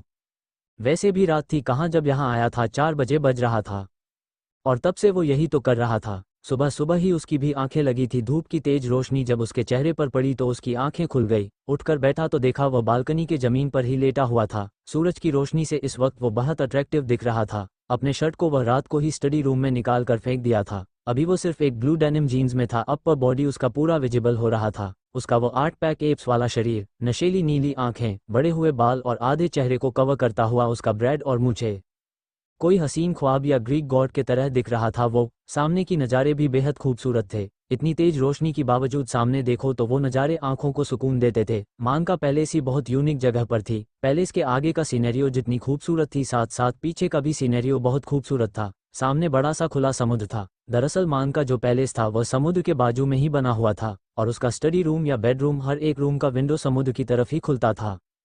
इस वक्त मान के सर पर बहुत तेज दर्द कर रहा था। रात को ज़्यादा ड्रिंक करने की वजह से उसे हैंगओवर हो चुका था। वह इधर उधर देखा तो थोड़ी दूर पर उसका फ़ोन पड़ा हुआ उसे मिल गया। उसने अपना फ़ोन उठाया और नीचे इंटरकॉम पर फ़ोन किया। सामने से किसी मेल सर्वेंट में फ़ोन उठाया तो वो बोला, एक स्ट्रांग ब्लैक कॉफ़ी अभी के अभी स्टडी रूम में लेकर आओ। Servant yes boss. अपनी सर्वेंट को ऑर्डर देने के बाद मान फ़ोन को अपने पेंट के जेब के हवाले किया। थोड़ी दूर जाकर उसने बेल्कनी के रेलिंग पर हाथ रखा और सामने खुली हुई समुद्र को देखते हुए बोला, तो आज से एक नई गेम की शुरुआत करते हैं जिसमें खेलोगी तो तुम, पर तुम्हारे जिंदगी के साथ खेलूंगा मैं। तुम सिर्फ एक मोहरा बन के रहोगी, हर एक चीज़ में हारो ही तुम। इमोशंस, सेल्फ रिस्पेक्ट, जो तुम्हारी ताकत है, हर एक चीज़ तुमसे छीन लूंगा मैं। एक पल की भी चैन नहीं मिलेगी तुम्हें शिवांगी। कुछ दिन सुकून से जी को, उसके बाद तुम्हारे बुरे दिन स्कूल होंगे। इतना बोलकर उसने एक टेढ़ी कनिंग स्माइल पास की। ये स्माइल बहुत शैतानी थी। उसकी ऐसी स्माइल देखकर माफिया वर्ल्ड में अक्सर लोग डर जाया करते हैं। कुछ ऐसे ही स्माइल थी अभिमान के चेहरे पे, जिसका मतलब ये होता था कि कुछ तो बड़ा होने वाला है, या शायद वह शिवांगी के साथ कुछ बड़ा करने वाला था। डोर नॉक हुआ था। उसने सर्वेंट को अंदर आने की इजाज़त दी। वह सर्वेंट डरते हुए अंदर आया और बोला, बॉस आपकी ब्लैक कॉफ़ी और ब्रेकफास्ट। मान थोड़ा रूड वॉयस में बोला, मैंने सिर्फ कॉफ़ी मंगाई थी, तो ये ब्रेकफास्ट क्यों ले आए? सर्वेंट डरते हुए और घबराते हुए बोला, वो बॉस आपने जब कॉफ़ी मंगवाए थे तो पास में ही सेकंड बॉस खड़े थे। उन्होंने आपकी बात सुनी थी, तो उन्होंने मुझसे बोला आपको कॉफ़ी के साथ ब्रेकफास्ट भी दे दूँ, इसीलिए मैं ये ले आया। मान इशारे उसे उस ब्रेकफास्ट ट्रे को कॉफ़ी टेबल पर रखने के लिए कहा और बोला, अब तुम जा सकते हो। मान का इजाज़त पाते ही वो सर्वेंट ऐसे भागा वहाँ से जैसे उसके पीछे कोई भूत पड़ा है, क्योंकि वह सर्वेंट भी जानता था कि उसका बॉस एमके का कोई भरोसा नहीं है। एक सरफिरा इंसान है वो, कब मूड चेंज हो जाए, कब उसे पनिशमेंट मिल जाए। मान के इजाज़त के बगैर ऊपरी कोई भी फ्लो पर किसी भी सर्वेंट का आना माना था। जब तक ऊपर से कोई भी ऑर्डर इंटरकॉम पर नहीं आता था तब तक कोई भी सर्वेंट ऊपर नहीं जा सकता था। वो सर्वेंट लिफ्ट से निकलकर भागते हुए नीचे आया और गहरी सांस लिया और बोला, बाप रे, ऐसा लग रहा है जैसे मैं यमराज के कैद से छूट कर आया हूँ। दूसरा सर्वेंट उसको पानी देते हुए बोला, क्या हुआ, इतना घबराए हुए क्यों हो? पहले सर्वेंट, पता नहीं, जब जब एमके को देखता हूं तो मुझे साथ मेरे सामने साक्षात यमराज ही दिखते हैं। दिखने में तो इतने हैंडसम है, पर क्या फ़ायदा, आदतें यमराज जैसी है। ऐसा लगता है उसके सामने खड़ा हो और वो तुरंत मुझे मारकर भस्म कर देंगे। दूसरा सर्वेंट, चुप करो और थोड़ा धीरे बोलो, वरना तुम्हारी यह बात अगर उन तक पहुंच गई तो तुम्हारी यह कही हुई बातें सच भी हो सकती है, इसलिए अपना मुंह कम ही खोला करो। चलो अब जल्दी से छोटे बॉस का ब्रेकफास्ट तैयार करते हैं। इधर मान कॉफ़ी टेबल के सामने सोफे पर बैठा हुआ था और ब्रेकफास्ट ट्रे को घूरे जा रहा था। उसका ब्रेकफास्ट अभी भी पहले जैसा ही था, वही green salad, vegetable juice, boiled egg omelette और टोस्ट ब्राउन ब्रेड, पर मान उसमें से किसी भी चीज़ को हाथ नहीं लगाया। उसने सिर्फ अपना ब्लैक कॉफ़ी उठा लिया। तभी उसका फ़ोन बजा। उसने कॉल पिक किया तो दूसरी तरफ से कबीर बोला, ब्रेकफास्ट को घूरने से कुछ नहीं होगा, पेट भरने के लिए उसे खाना भी पड़ता है। जानता हूँ तू कुछ खा नहीं रहा होगा, इसलिए चुपचाप अपना पूरा ब्रेकफास्ट कर, फिर तुझसे बात करनी है। मैं ऊपर आऊं तब तक तेरा ये ब्रेकफास्ट खत्म होना चाहिए। मान, तो तू मुझे ऑर्डर कर रहा है? कबीर, नहीं, रिक्वेस्ट कर रहा हूँ मेरे बाप, प्लीज़ खा ले अपने लिए, नहीं तो कम से कम मेरे लिए खा लेना। कबीर के कुछ और बोलने से पहले मान फ़ोन कट किया और ब्रेकफास्ट करना शुरू किया। क्या चल रहा है मान के मन में? क्या करेगा वो शिवांगी के साथ? किस तरीके से पनिश करेगा वो शिवांगी को? सब कुछ जानने के लिए मेरे साथ बने रहिए और पढ़ते रहिए। इधर मान कॉफ़ी टेबल के सामने सोफे पर बैठा हुआ था और ब्रेकफास्ट ट्रे को घूरे जा रहा था। उसका ब्रेकफास्ट अभी भी पहले जैसा ही था, वही green salad, vegetable juice, boiled egg omelette और टोस्ट ब्राउन ब्रेड, पर मान उसमें से किसी भी चीज़ को हाथ नहीं लगाया। उसने सिर्फ अपना ब्लैक कॉफ़ी उठा लिया। तभी उसका फ़ोन बजा। उसने कॉल पिक किया तो दूसरी तरफ से कबीर बोला, ब्रेकफास्ट को घूरने से कुछ नहीं होगा, पेट भरने के लिए उसे खाना भी पड़ता है। जानता हूँ तू कुछ खा नहीं रहा होगा, इसलिए चुपचाप अपना पूरा ब्रेकफास्ट कर, फिर तुझसे बात करनी है। मैं ऊपर आऊं तब तक तेरा ये ब्रेकफास्ट खत्म होना चाहिए। मान, तो तू मुझे ऑर्डर कर रहा है? कबीर, नहीं, रिक्वेस्ट कर रहा हूँ मेरे बाप, प्लीज़ खा ले अपने लिए, नहीं तो कम से कम मेरे लिए खा लेना। कबीर के कुछ और बोलने से पहले मान फ़ोन कट किया और ब्रेकफास्ट करना शुरू किया। 15 दिन यूं ही गुजर गया। शिवांगी के लिए उसकी वही नॉर्मल लाइफ शुरू हो गई थी, पर क्या सच में ऐसा था? नहीं, ऐसा नहीं था, बिल्कुल नहीं था। कुछ दिनों से शिवांगी को ऐसा लग रहा था कि कोई उसे देख रहा है। चाहे वो कहीं भी हो, मॉल में, बुटीक में या रोड पर, वो कहीं भी होती उसे ऐसा लगता कि दो नज़रें उसका पीछा कर रही है।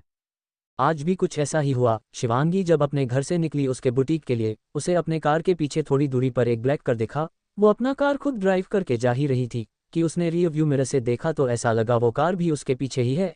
एक तो वो वैसे ही परेशान थी। लियो मार्कोस वॉल्कॉफ के जाने के बाद उसे ऐसा लगा कि वो फ्री हो चुकी है, कहीं भी जाने आने के लिए अब कोई है ही नहीं जो उसे ऐसे तंग करें। पर कुछ दोनों से उसके साथ जो हो रहा था उससे वो फिर से परेशान रहने लगी थी। यशवीर को इसलिए नहीं बताया कि वो बार बार उसे परेशान नहीं करना चाहती थी। शिवांगी ड्राइव करते हुए ही एक बार फिर से मिरर में देखा तो वो कार अब भी उसके पीछे ही था। वो थोड़ी डर गई पर खुद को कंट्रोल करके बोली, नहीं शिवांगी, तू ऐसे डर नहीं सकती। और कब तक ऐसे डरेगी तू? पहले वो लियो मार्कोस वोल्कोव था, अब ये है कल कोई दूसरा होगा। ऐसे डर कर बैठने से नहीं होगा। अपनी हिफाजत तुझे खुद करनी होगी। और मुंबई हो या अमेरिका क्या फ़र्क पड़ता है, तू है तो वही शिवांगी राव जो किसी से नहीं डरती है। ये बोलकर और महादेव को याद कर उसने झट से अपने कार का ब्रेक दबा दिया। शिवांगी के कार बीच में रुकने के वजह से साथ साथ पीछे वाली कार भी रुक गई। शिवांगी तुरंत अपने कार से उतरी और पीछे वाले कार के पास चली गई। उसने उसे कार के विंडो को नॉक किया तो उस कार का विंडो धीरे से नीचे हुआ। ड्राइविंग सीट पर कोई ओल्ड अमेरिकन बैठा हुआ था। उस अमेरिकन ने बोला, What happened, miss? Is there any problem that you stopped your car on the middle of the road like this? Shivangi, I don't have a problem, sir, but I think you have a problem. Can I know why you are following me like this? American, sorry, miss, I can't understand what you are saying. Why would I follow you? I don't even know you. Shivangi अपने paint house का नाम बताते हुए उस American से थोड़े गुस्से में बोली। Shivangi, what are you saying? You are lying. While I was sitting in my car, I saw that your car was parked at a short distance from my car. Since then your car is behind my car. American, look miss, maybe you have some misunderstanding. As you can see, this is a rented taxi. The place you are talking about was where I had gone to drop my passenger, and from there I am going to another place to pick up my second passenger. You cannot falsely accuse me like this. Shivangi ने ध्यान दिया तो उसने देखा वो car सच में एक taxi ही है जो अपने पैसेंजर को यहाँ से वहाँ ड्रॉप करने के लिए होती है। शिवांगी को ऐसा लगा सच में उससे कोई मिसअंडरस्टैंडिंग हो गई है। अब वो अमेरिकन ड्राइवर भी थोड़ा गुस्से से शिवांगी को देख रहा था। शिवांगी उसे ड्राइवर से कुछ बोलते ही वाली थी। उन दोनों को बीच रोड पर खड़े हुए बहस करते हुए थोड़ा वक्त हो गया था, इसलिए थोड़ी दूर पर खड़े हुए एक ट्रैफिक पुलिस ने जब उन दोनों को देखा तो वो उन दोनों के पास आ गया और उन दोनों से पूछा, What's the matter? Why are both of you standing on the middle of the road and arguing like this? उस ट्रैफिक पुलिस ने शिवांगी से पूछा, You tell me miss, is this driver harassing you? If so then we can arrest this driver from here right now. Shivangi तुरंत उस traffic police से बोली, No, it's not like that sir. Sorry sir, I had a misunderstanding. That's why I was standing and talking to him. I'm sorry, please forgive me. Shivangi की बात सुनकर उसे traffic police ने बोला, Whatever it may be or any misunderstanding, you cannot argue or talk like this while standing on the middle of the road. Because of you, other commuters are facing problems. For this reason you may also be fined, but perhaps this is your first time. That's why I am leaving you and letting you go. उस traffic police वाले ने शिवांगी और उस driver को दोनों को बोला, Now both of you should remove this car from here as soon as possible. Because of both of you there is a traffic jam behind. वो ट्रैफिक पुलिस वाला वहां से चला गया तो शिवांगी भी अपनी कार में बैठकर आगे निकल गई। पर कार में बैठने के बाद शिवांगी बोली, चलो ये तो एक मिसअंडरस्टैंडिंग थी, पर कुछ दिनों से मैं जो महसूस कर रही हूँ वो कोई मिसअंडरस्टैंडिंग नहीं है। मुझे जो एहसास हो रहा है वो कोई झूठ नहीं है। मुझे हमेशा ऐसा लग रहा है कोई तो मुझे देख रहा है। शिवांगी के कार के पीछे जो टैक्सी ड्राइवर था वह भी अपने कार में बैठा और आगे निकल गया। वो कार में बैठा और बोला, सर आपने तो सब कुछ सुन ही लिया होगा ना। उसे ड्राइवर ने ब्लूटूथ पहना हुआ था जो कि नॉर्मल था, इसलिए शिवांगी का उस पर ज़्यादा ध्यान नहीं गया था। सामने से किसी का आवाज़ आया, good job, you have done your work very well, your money will be transferred to your account. सामने वाले की बात सुनकर वह टैक्सी ड्राइवर बहुत खुश हो गया। उसने अपने कार को रोड के एक साइड खड़ा किया और वह बोला, thank you sir, thank you so much for thinking I am capable doing it. If any such work comes in future then please remember me. सामने से बिना कुछ बोले ही फ़ोन कट हो गया। कुछ ही पलों में उसके मोबाइल पर एक नोटिफिकेशन आया। उसके बैंक में 50 लाख का ट्रांजैक्शन हुआ था। वह आदमी बहुत खुश हो गया और एक्साइटमेंट में वो ही खड़े होकर नाचने लगा। कुछ ही दूरी पर बाइक में एक आदमी बैठा हुआ था और वह काफ़ी देर से उसे टैक्सी ड्राइवर को देख रहा था। उसे बाइक वाले के सर पर हेलमेट था और ऊपर से नीचे तक उसने पूरा ब्लैक कलर का कपड़ा पहना हुआ था, जिस वजह से नहीं समझ रहा था कि वह है कौन। तभी उसे आदमी ने बाइक स्टार्ट किया और उसे टैक्सी ड्राइवर की तरफ अपना बाइक दौड़ा दिया। अचानक से उसे टैक्सी ड्राइवर के आंखों में कुछ चुभा और खून की धार निकलने लगी। उसे टैक्सी ड्राइवर ने तुरंत अपना मोबाइल नीचे फेंक दिया और अपने एक आंखों पर उसने हाथ रख लिया। एक पल में क्या हुआ उसे टैक्सी ड्राइवर को कुछ समझ नहीं आया। कुछ दूरी पर जाकर उसे बाइक वाले ने अपना बाइक रोकी और हेलमेट के ग्लास को ऊपर करते हुए बोला, तुमने काम तो बहुत अच्छा किया था, पर उसे इस तरीके से देखने की जरूरत नहीं थी। गलती कर दी तुमने उसे देखकर और इसकी सजा तुम्हारी आंखों को मिली। उसे इस तरीके से देखने का हक मैंने किसी को नहीं दिया है, किसी को भी नहीं। बोलते वक्त उस आदमी के नीली आंखों में बेहद गुस्सा था। उसे आदमी ने अपना बाइक स्टार्ट किया और वहां से निकल गया। इधर शिवांगी भी मॉल में अपना बुटीक पर पहुंच चुकी थी। उसे अभी भी लग रहा था कोई उसका पीछा कर रहा है। वह अपना बुटीक पर पहुंची तो सामने ही उसे उसका असिस्टेंट लीना मिल गई। शिवांगी ने एक लंबी सांस ली और खुद को रिलैक्स करते हुए लीना से बोली, तुम यहाँ पर बुटीक के गेट पर खड़े होकर क्या मेरी इंतजार कर रही थी, या कस्टमर बुलाने का ये कोई नया तरीका ढूंढा है तुमने लीना? लीना एक प्यारी सी मुस्कान के साथ शिवांगी को बोली, नहीं मैम, ऐसी कोई बात नहीं है। वो आज आपको आने में थोड़ी देर हो गई, इसलिए मुझे लगा कि मैं बाहर जाकर आपको एक बार कॉल कर लूँ, क्योंकि बुटीक के अंदर मेरे मोबाइल में नेटवर्क थोड़ा काम आता है। शिवांगी, वो रास्ते में थोड़ा प्रॉब्लम हो गई थी, इसलिए आज आने में थोड़ी देर हो गई, बस और कोई बात नहीं है। लीना, क्या बात है मैम, ऐसे क्या प्रॉब्लम हो गई, कुछ सीरियस बात है क्या? शिवांगी, नहीं ऐसी कोई सीरियस बात नहीं है लीना, तुम टेंशन मत लो, एक छोटी सी मिसअंडरस्टैंडिंग हो गई थी। और वैसे मैंने कितनी बार कहा तुमको, मैं एक नई फ़ोन ले देती हूँ तुम्हें, पर तुम हो कि मेरी बात मानती ही नहीं, वही अपना टूटे हुए पुराने फ़ोन लेकर घूमती रहती हो, कभी ज़रूरत पड़ने पर यह काम भी नहीं करेगा। लीना, ऐसी कोई बात नहीं है मैम, अच्छी तो है ये फ़ोन, बस थोड़ा बहुत नेटवर्क प्रॉब्लम हो जाती है कभी कभी, और अगले महीने की जब सैलरी आएगी तो मैं अपने फ़ोन को चेंज कर लूँगी। शिवांगी, तुम हर बार यही बोलती हो लीना, खैर जैसा तुम्हें ठीक लगे, चलो काम देखते हैं। लीना से बात करते हुए शिवांगी की माइंड भी थोड़ी बहुत डाइवर्ट हो गई थी। लीना एक बहुत प्यारी सी और क्यूट सी मासूम सी लड़की थी। उम्र ज़्यादा नहीं थी उसकी, यही कोई 18-19 साल। अनाथ थी वो, पास में ही एक हॉस्टल में रहकर वह अपनी पढ़ाई कर रही थी। जब शिवांगी के पास वो अपने काम के लिए इंटरव्यू देने आए तो शिवांगी को उसके बारे में पता चला। शिवांगी को लीना बहुत मासूम लगी। उसे थोड़े दिनों में ये भी पता चला कि हॉस्टल का वार्डन लीना को बहुत सताती भी है और बहुत तकलीफ देती है। उसने लीना को हॉस्टल में ना रहकर एक रूम रेंट में लेकर उसमें रहने की सलाह दी। शिवांगी ने उसे एक रेंट में घर लेकर दिया और अपने पास असिस्टेंट के लिए उसे काम पर भी रख लिया। काम के मामले में लीना बहुत टैलेंटेड थी। लीना अपनी पूरी पढ़ाई स्कॉलरशिप से ही कर रही थी, पढ़ने में भी काफ़ी अच्छी थी लीना। एक लड़की का हॉस्टल में यूं अकेली रहना शिवांगी को अच्छा नहीं लगा और उसने लीना से उसके वार्डन के बारे में भी सुनी थी, पर लीना बहुत स्वाभिमानी थी। उसने शिवांगी से उसका रूम का रेंट देने के लिए मना कर दिया। वो अपने रूम का रेंट खुद ही पे करती थी। शिवानी के पास से जो सैलरी उसे मिलती थी उससे उसकी स्टडी, रूम का रेंट और उसका खर्च चलता था। ऐसे ही काम करते करते उसे शाम हो गई। लीना बुटीक से निकल चुकी थी। बुटीक में इस वक्त शिवांगी अकेली थी। वो बुटीक से निकलने ही वाली थी, तभी एक लड़का आया और बोला, मैम आपके लिए एक कोरियर है। शिवांगी, इस वक्त कोरियर उसे लड़के ने बोला, आपका ही नाम शिवांगी राव है ना? शिवांगी, हाँ मेरा ही नाम है। वो लड़का, तो ये कोरियर आपका नाम से ही है, आप बस साइन कर दीजिए। शिवांगी ने उस कोरियर को लिया और उस लड़के के हाथ में जो पेपर था उसे पर साइन कर दिया। वो लड़का चला गया तो शिवांगी उस कोरियर को घुमा फिरा कर देखने लगी। एक गिफ्ट बॉक्स जैसा दिख रहा था वह। शिवांगी अपने टेबल पर उसे कोरियर को लेकर गई और उस कोरियर को खोली। उसमें एक जार जैसा कुछ रखा हुआ था। शिवांगी ने उसे जार को उसके अंदर से निकला और उस जार को खोली कि तभी शिवांगी की बुटीक की लाइट चली गई। तभी उस जार में से कुछ फायरफ्लाइज निकालकर चारों तरफ रोशनी कर दी। शिवांगी इतने सारे फायरफ्लाइज को देखकर काफ़ी खुश हो गई थी कि तभी उसे 6 साल पहले की वो रात याद आई। मांग का ऐसे ही फायरफ्लाइज साथ में उसे प्रपोज करना। ये सोचते ही शिवांगी फिर से उदास हो गई कि तभी उसने देखा वो फायरफ्लिक्स धीरे धीरे मरकर नीचे गिर रही है।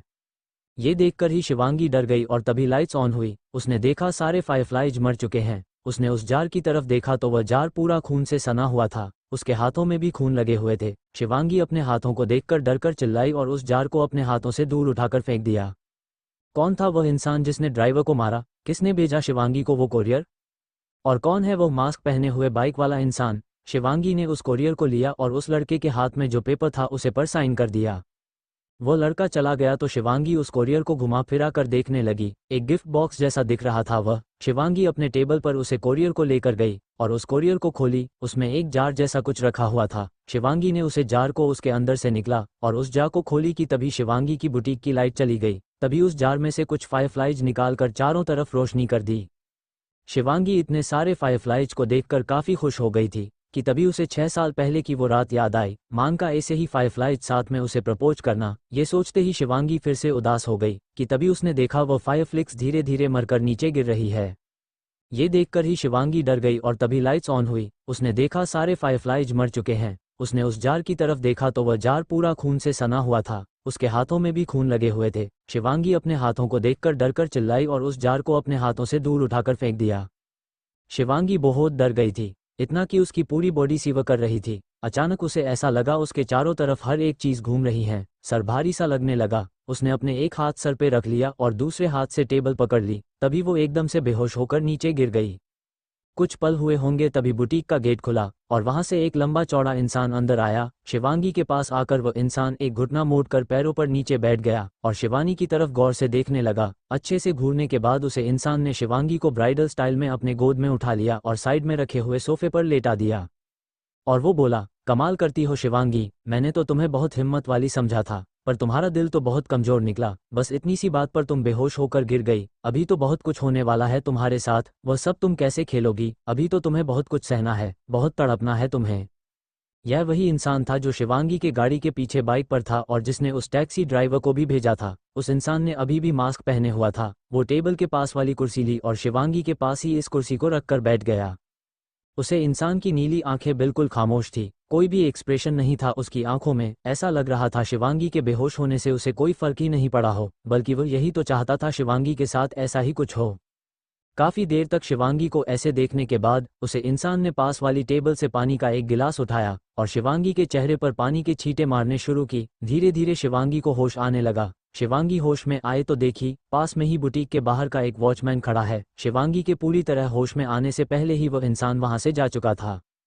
शिवांगी अपने सर पर हाथ रखकर धीरे से उठी और बैठ गई और उस वॉचमैन को देखते हुए बोली, मैं यहाँ पर कैसे सो गई? क्या हुआ था? और आप यहाँ पर क्या कर रहे हैं? बुटीक का जो वॉचमैन था वो अमेरिका था। उसने बोला, madam, I was standing outside when I heard you screaming. After hearing your shouting, I came in from inside and saw that you were lying here unconscious. I tried a lot to wake you up but you didn't wake up, so I picked you up and put you on the couch. My phone battery was dead so I couldn't call a doctor, so I started splashing water on your face and gradually you came to your senses. उस watchman की बात को सुनकर शिवांगी को याद आया कुछ देर पहले यहाँ पर क्या हुआ था। सब कुछ याद आते ही शिवांगी एक बार फिर से डर गई। उसने चारों तरफ नज़र घुमाकर देखा तो एक साइड में वो जार अभी भी पड़ा हुआ था। वो वॉचमैन अभी भी वहीं पर खड़ा था पर उसकी नज़रें नीचे थी। उसने बोला, I think you okay now so can I go? Shivangi एक लंबी सांस खींचकर अपने आप को थोड़ा शांत करके उस वॉचमैन को देखते हुए बोली, आई thank you very much for everything you did for me. If you had not been here, I would probably have remained unconscious here, because it has been a long time and all the shops have started closing here. I really thank you so much for everything you did for me. I'm fine now so you can go now. वो watchman थोड़ा ज़्यादा उम्र का था, यही कोई 50 के करीब। उसे वॉचमैन ने सर झुकाए हुए ही हाँ मैं अपना सिर हिलाया और शिवांगी से बोला, There is no need to say so much thank you in my child. I was nearby when your voice came. You appeared to me like my own child, so I also helped you. Now I am leaving. It is time for me to go home. वो watchman वहां से बाहर चला गया। थोड़ी दूर जाते ही उसने अपने फ़ोन पर एक नंबर डायल किया। सामने से किसी ने फ़ोन उठाया तो उसने बोला, Your work was done, exactly as you said, sir.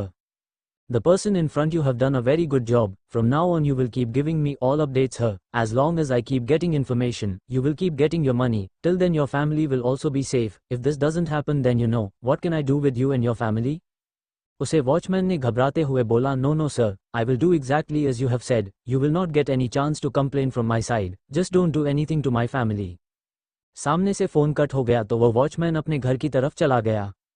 इधर बुटीक में सोफे पर बैठी हुई शिवांगी अभी भी उसी बारे में सोच रही थी जो थोड़ी देर पहले ही उसके साथ हुआ था। उसने उन मरे हुए फायरफ्लाइज को देखा और उसकी आंखों से आंसू की कुछ बूंदें निकल गई। शिवांगी सोफे से उठी और जाकर टूटे हुए उसे जार को उठाया और डस्टबिन में डाल दिया। सारे फायर प्राइस को इकट्ठा करके उसने टेबल पर रखा और वॉशरूम में जाकर अपना हैंड वॉश कराई। तभी टेबल पर रखा हुआ उसका फ़ोन बजा। उसने फ़ोन को देखा तो यशवीर का नाम शो हो रहा था।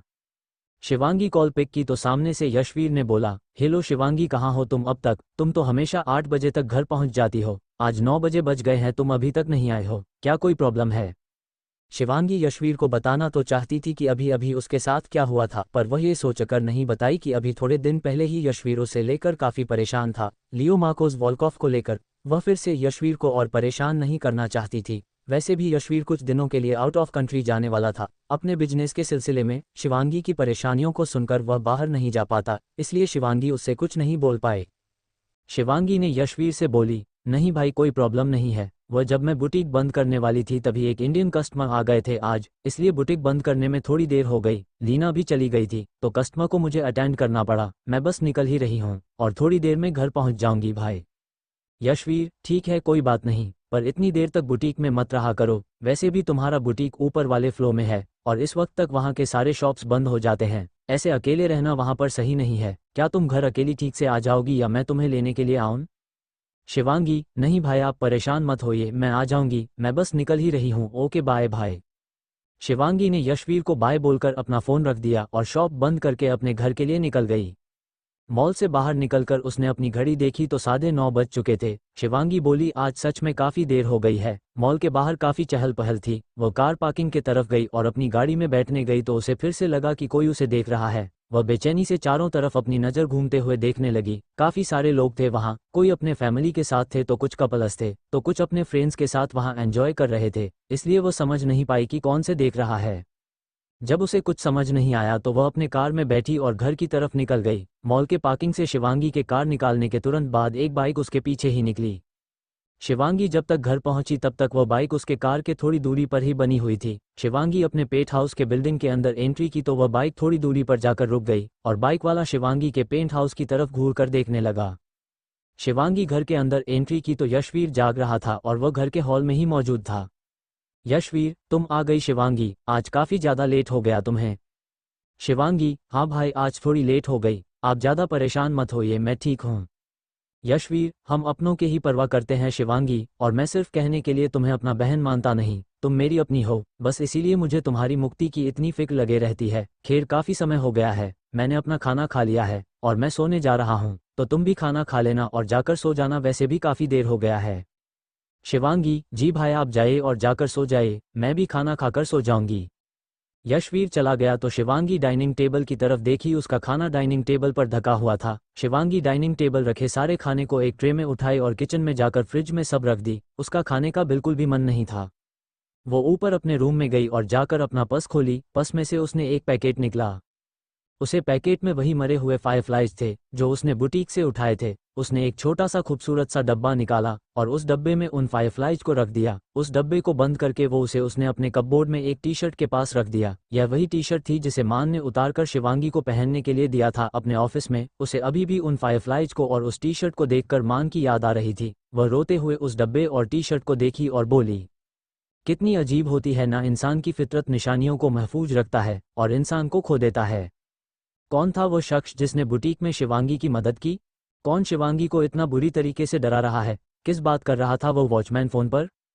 शिवांगी के कार के पीछे किसकी बाइक थी? कौन फॉलो कर रहा है शिवांगी को?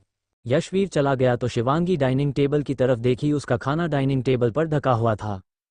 शिवांगी डाइनिंग टेबल रखे सारे खाने को एक ट्रे में उठाई और किचन में जाकर फ्रिज में सब रख दी। उसका खाने का बिल्कुल भी मन नहीं था। वो ऊपर अपने रूम में गई और जाकर अपना पर्स खोली। पर्स में से उसने एक पैकेट निकला। उसे पैकेट में वही मरे हुए फायरफ्लाइज थे जो उसने बुटीक से उठाए थे। उसने एक छोटा सा खूबसूरत सा डब्बा निकाला और उस डब्बे में उन फायरफ्लाइज को रख दिया। उस डब्बे को बंद करके वो उसने अपने कपबोर्ड में एक टी शर्ट के पास रख दिया। यह वही टी शर्ट थी जिसे मान ने उतारकर शिवांगी को पहनने के लिए दिया था अपने ऑफिस में। उसे अभी भी उन फायरफ्लाइज को और उस टी शर्ट को देखकर मान की याद आ रही थी। वह रोते हुए उस डब्बे और टी शर्ट को देखी और बोली, कितनी अजीब होती है ना, इंसान की फितरत निशानियां को महफूज रखता है और इंसान को खो देता है। शिवांगी ने उस टी शर्ट को उठा लिया और क्लोजेट बंद करके बेड के पास आई। उसने उस टी शर्ट को बेड पर रखा और वॉशरूम में चली गई फ्रेश होने। कुछ देर शॉवर लेने के बाद वो बाथरोब में वॉशरूम से बाहर आई और उसने शॉर्ट्स के साथ उस टी शर्ट पहन लिया। उस टी शर्ट को पहनने के बाद उसने दोनों हाथों को अपने चारों तरफ लपेट ली जैसे उसने खुद को ही गले लगाया हो। उस टी शर्ट में अभी तक मान के बॉडी फ्रेग्रेंस मौजूद थे। शिवांगी ने उस टी शर्ट को कभी वॉश नहीं की थी। वो अपने आप से ही बोली, रहते थे कभी जिनके दिल में हम जान से भी प्यारों की तरह बैठे हैं, उन्हीं के कूचे में हम आज गुनहगारों की तरह। वो नीचे जाके अपने लिए चाय बनाई और चाय के मग को लेकर ऊपर अपने कमरे में आई। आज उसे रेडियो सुनने का बहुत मन हो रहा था। शिवांगी ने म्यूजिक प्लेयर पर रेडियो ऑन किया और उसने इंडियन फ्रीक्वेंसी सेट की। वो चाय के मग को लेकर बेलकनी में अपने झूले में बैठ गई और चाय पीते हुए चांद को देखने लगी। तभी रेडियो पर एक पुराना गाना बजा जो अभी शिवांगी के हालात के ऊपर बहुत सूट कर रही थी।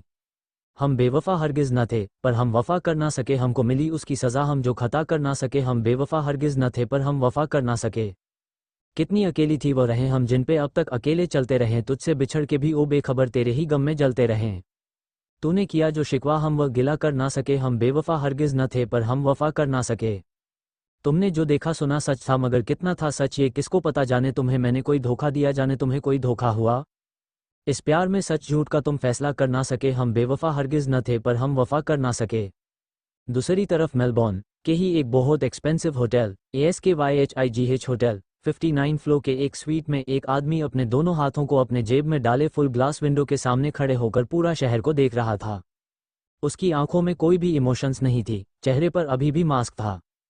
तभी उसे एक फ़ोन कॉल आया। उसने कॉल पिक किया और थोड़ी देर किसी से बात की। कॉल पे बात होने के बाद उसने फ़ोन पर कोई नंबर डायल किया। सामने से फ़ोन पिक हुआ तो उसने बोला, मुझे एक ओल्ड विंटेज बाइक चाहिए।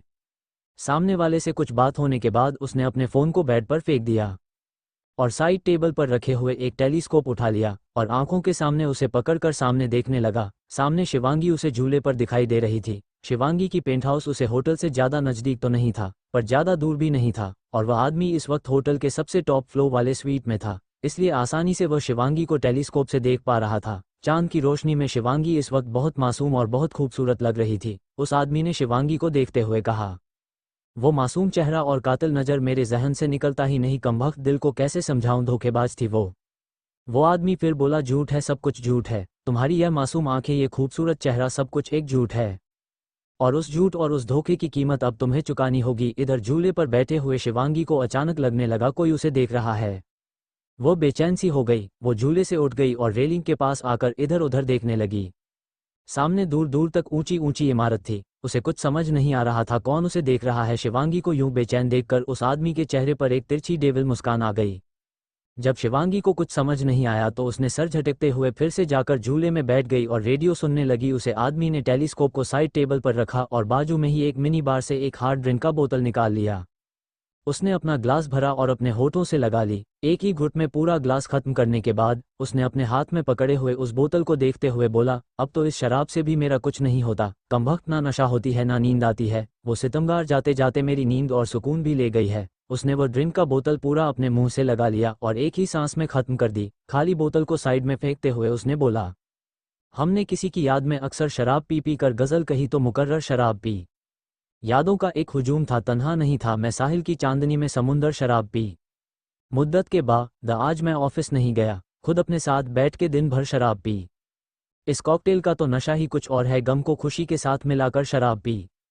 वैसे तो हमने पी ही नहीं थी, कभी शराब पीने लगे तो वज्द में आकर शराब पी। अब कौन जाके उस सितमगर से ये कहे क्यों चाय पी रही है, सितमगर आ मेरे साथ शराब पी। नशे की वजह से वो आदमी बेड पर लेट गया और सो गया। इधर शिवांगी भी बाहर झूले पर ही सो चुकी थी। रात को ठंड का एहसास हुआ तो उसकी नींद खुल गई। वो अपने रूम में आकर रेडियो ऑफ किया और बेड पे सो गई। सुबह का वक्त, शिवांगी आज अपने टाइम पर उठ गई थी।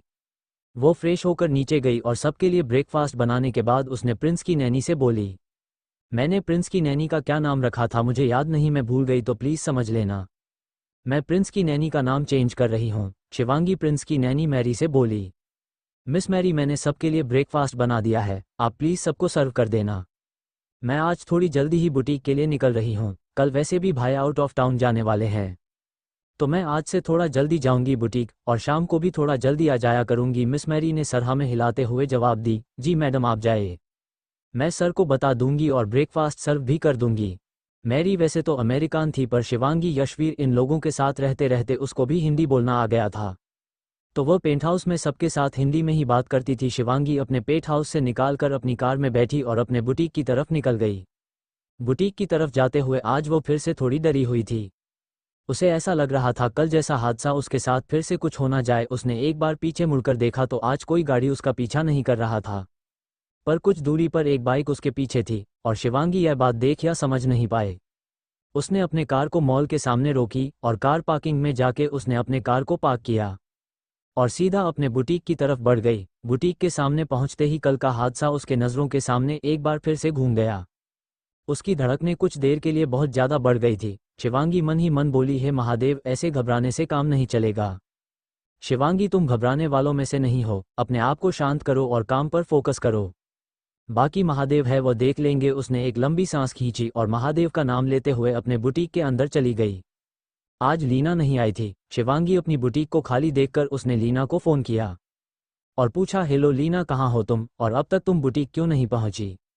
सामने से लीना ने जवाब दिया, सॉरी मैडम, आज मैं शायद नहीं आ पाऊंगी, मेरी तबीयत कुछ खास ठीक नहीं है। शिवांगी, अरे क्या हुआ तुम्हें, कोई ज़्यादा परेशानी वाली बात तो नहीं है। लीना, नहीं मैम, ज़्यादा परेशानी वाली बात तो नहीं है, बस सुबह से थोड़ा फीवर और सर्दी ठंड हो गया है। मैंने डॉक्टर से मेडिसिन ले ली है, पर उसे मुझे बहुत नींद आ रही है तो मैं आज काम नहीं कर पाऊंगी, इसलिए मैं नहीं आ पाई। मैंने आपको मैसेज भी छोड़ा था, पर शायद आपने देखा नहीं होगा। शिवांगी अपने फ़ोन की तरफ देखते हुए बोली। ओह, काफ़ी सारे मैसेज पेंडिंग है पर मैंने चेक भी नहीं किया है। सॉरी लीना, मैंने देखा नहीं तुम्हारी मैसेज। कोई बात नहीं, तुम 1-2 दिन आराम ही करो, बाकी यहाँ का सब कुछ मैं देख लूंगी। शिवांगी ने लीना को गेट विल सून कहा और फ़ोन रख दिया। 2-3 दिन तक उसके ऊपर काम के प्रेशर को ज़्यादा ही पड़ने वाला था। घर पर जहाँ यशवीर नहीं रहने वाला था, वही ऑफिस में भी बुटीक में भी अब लीना भी नहीं रहने वाली थी। मतलब दोनों तरफ उसे अकेले ही हैंडल करना था। शाम का वक्त आज का दिन उसके लिए सच में बहुत बिजी गया। शाम को 8 बजे वो थोड़ा जल्दी ही निकल गई, पर कुछ दूर जाते ही थोड़ा सुनसान इलाका लगने पर ही शिवांगी की कार अचानक रुक गई। शिवांगी ने बहुत कोशिश की कार फिर से शुरू हो जाए, पर कार शुरू ही नहीं हुआ। उसने बाहर आकर कार तरफ सही से देखी तो कर उसका दोनों टायर पंचर हो चुके थे। शिवांगी थोड़ी सोचते हुए बोली, एक टायर पंचर हो वो तो समझ में आता है, पर दोनों कुछ समझ में नहीं आ रहा है, ये कैसे और क्यों हुआ। शिवांगी, अब मैं क्या करूं और घर कैसे जाऊं। थोड़ी देर सोचने के बाद वो बोली, एक काम करती हूं, वीर भाई को ही बुला लेती हूं, या उनसे बोल देती हूं कोई ड्राइवर के साथ कार भेज दीजिए। शिवांगी कार से अपना मोबाइल निकाली तो वहां पर नेटवर्क नहीं आ रहा था। शिवांगी ने बहुत कोशिश की यशवीर को फ़ोन मिलाने के लिए, पर उसका फ़ोन मिला ही नहीं। थक हार कर उसने किसी से लिफ्ट लेने की सोची, पर यह क्या, कोई कार रुक ही नहीं रहा था। वह अब तक बहुत फ्रस्ट्रेटेड हो चुकी थी कि तभी उसके सामने आकर एक बाइक रुकी। शिवांगी उसे बाइक को देखते हैं कहीं खो सी गई। उस बाइक को देखते हुए उसे अपना खुद का बाइक की याद आ गई। कौन है वो बाइक वाला, क्या करेगा वो शिवांगी के साथ, कहीं कुछ गलत तो नहीं होने वाला शिवांगी के साथ।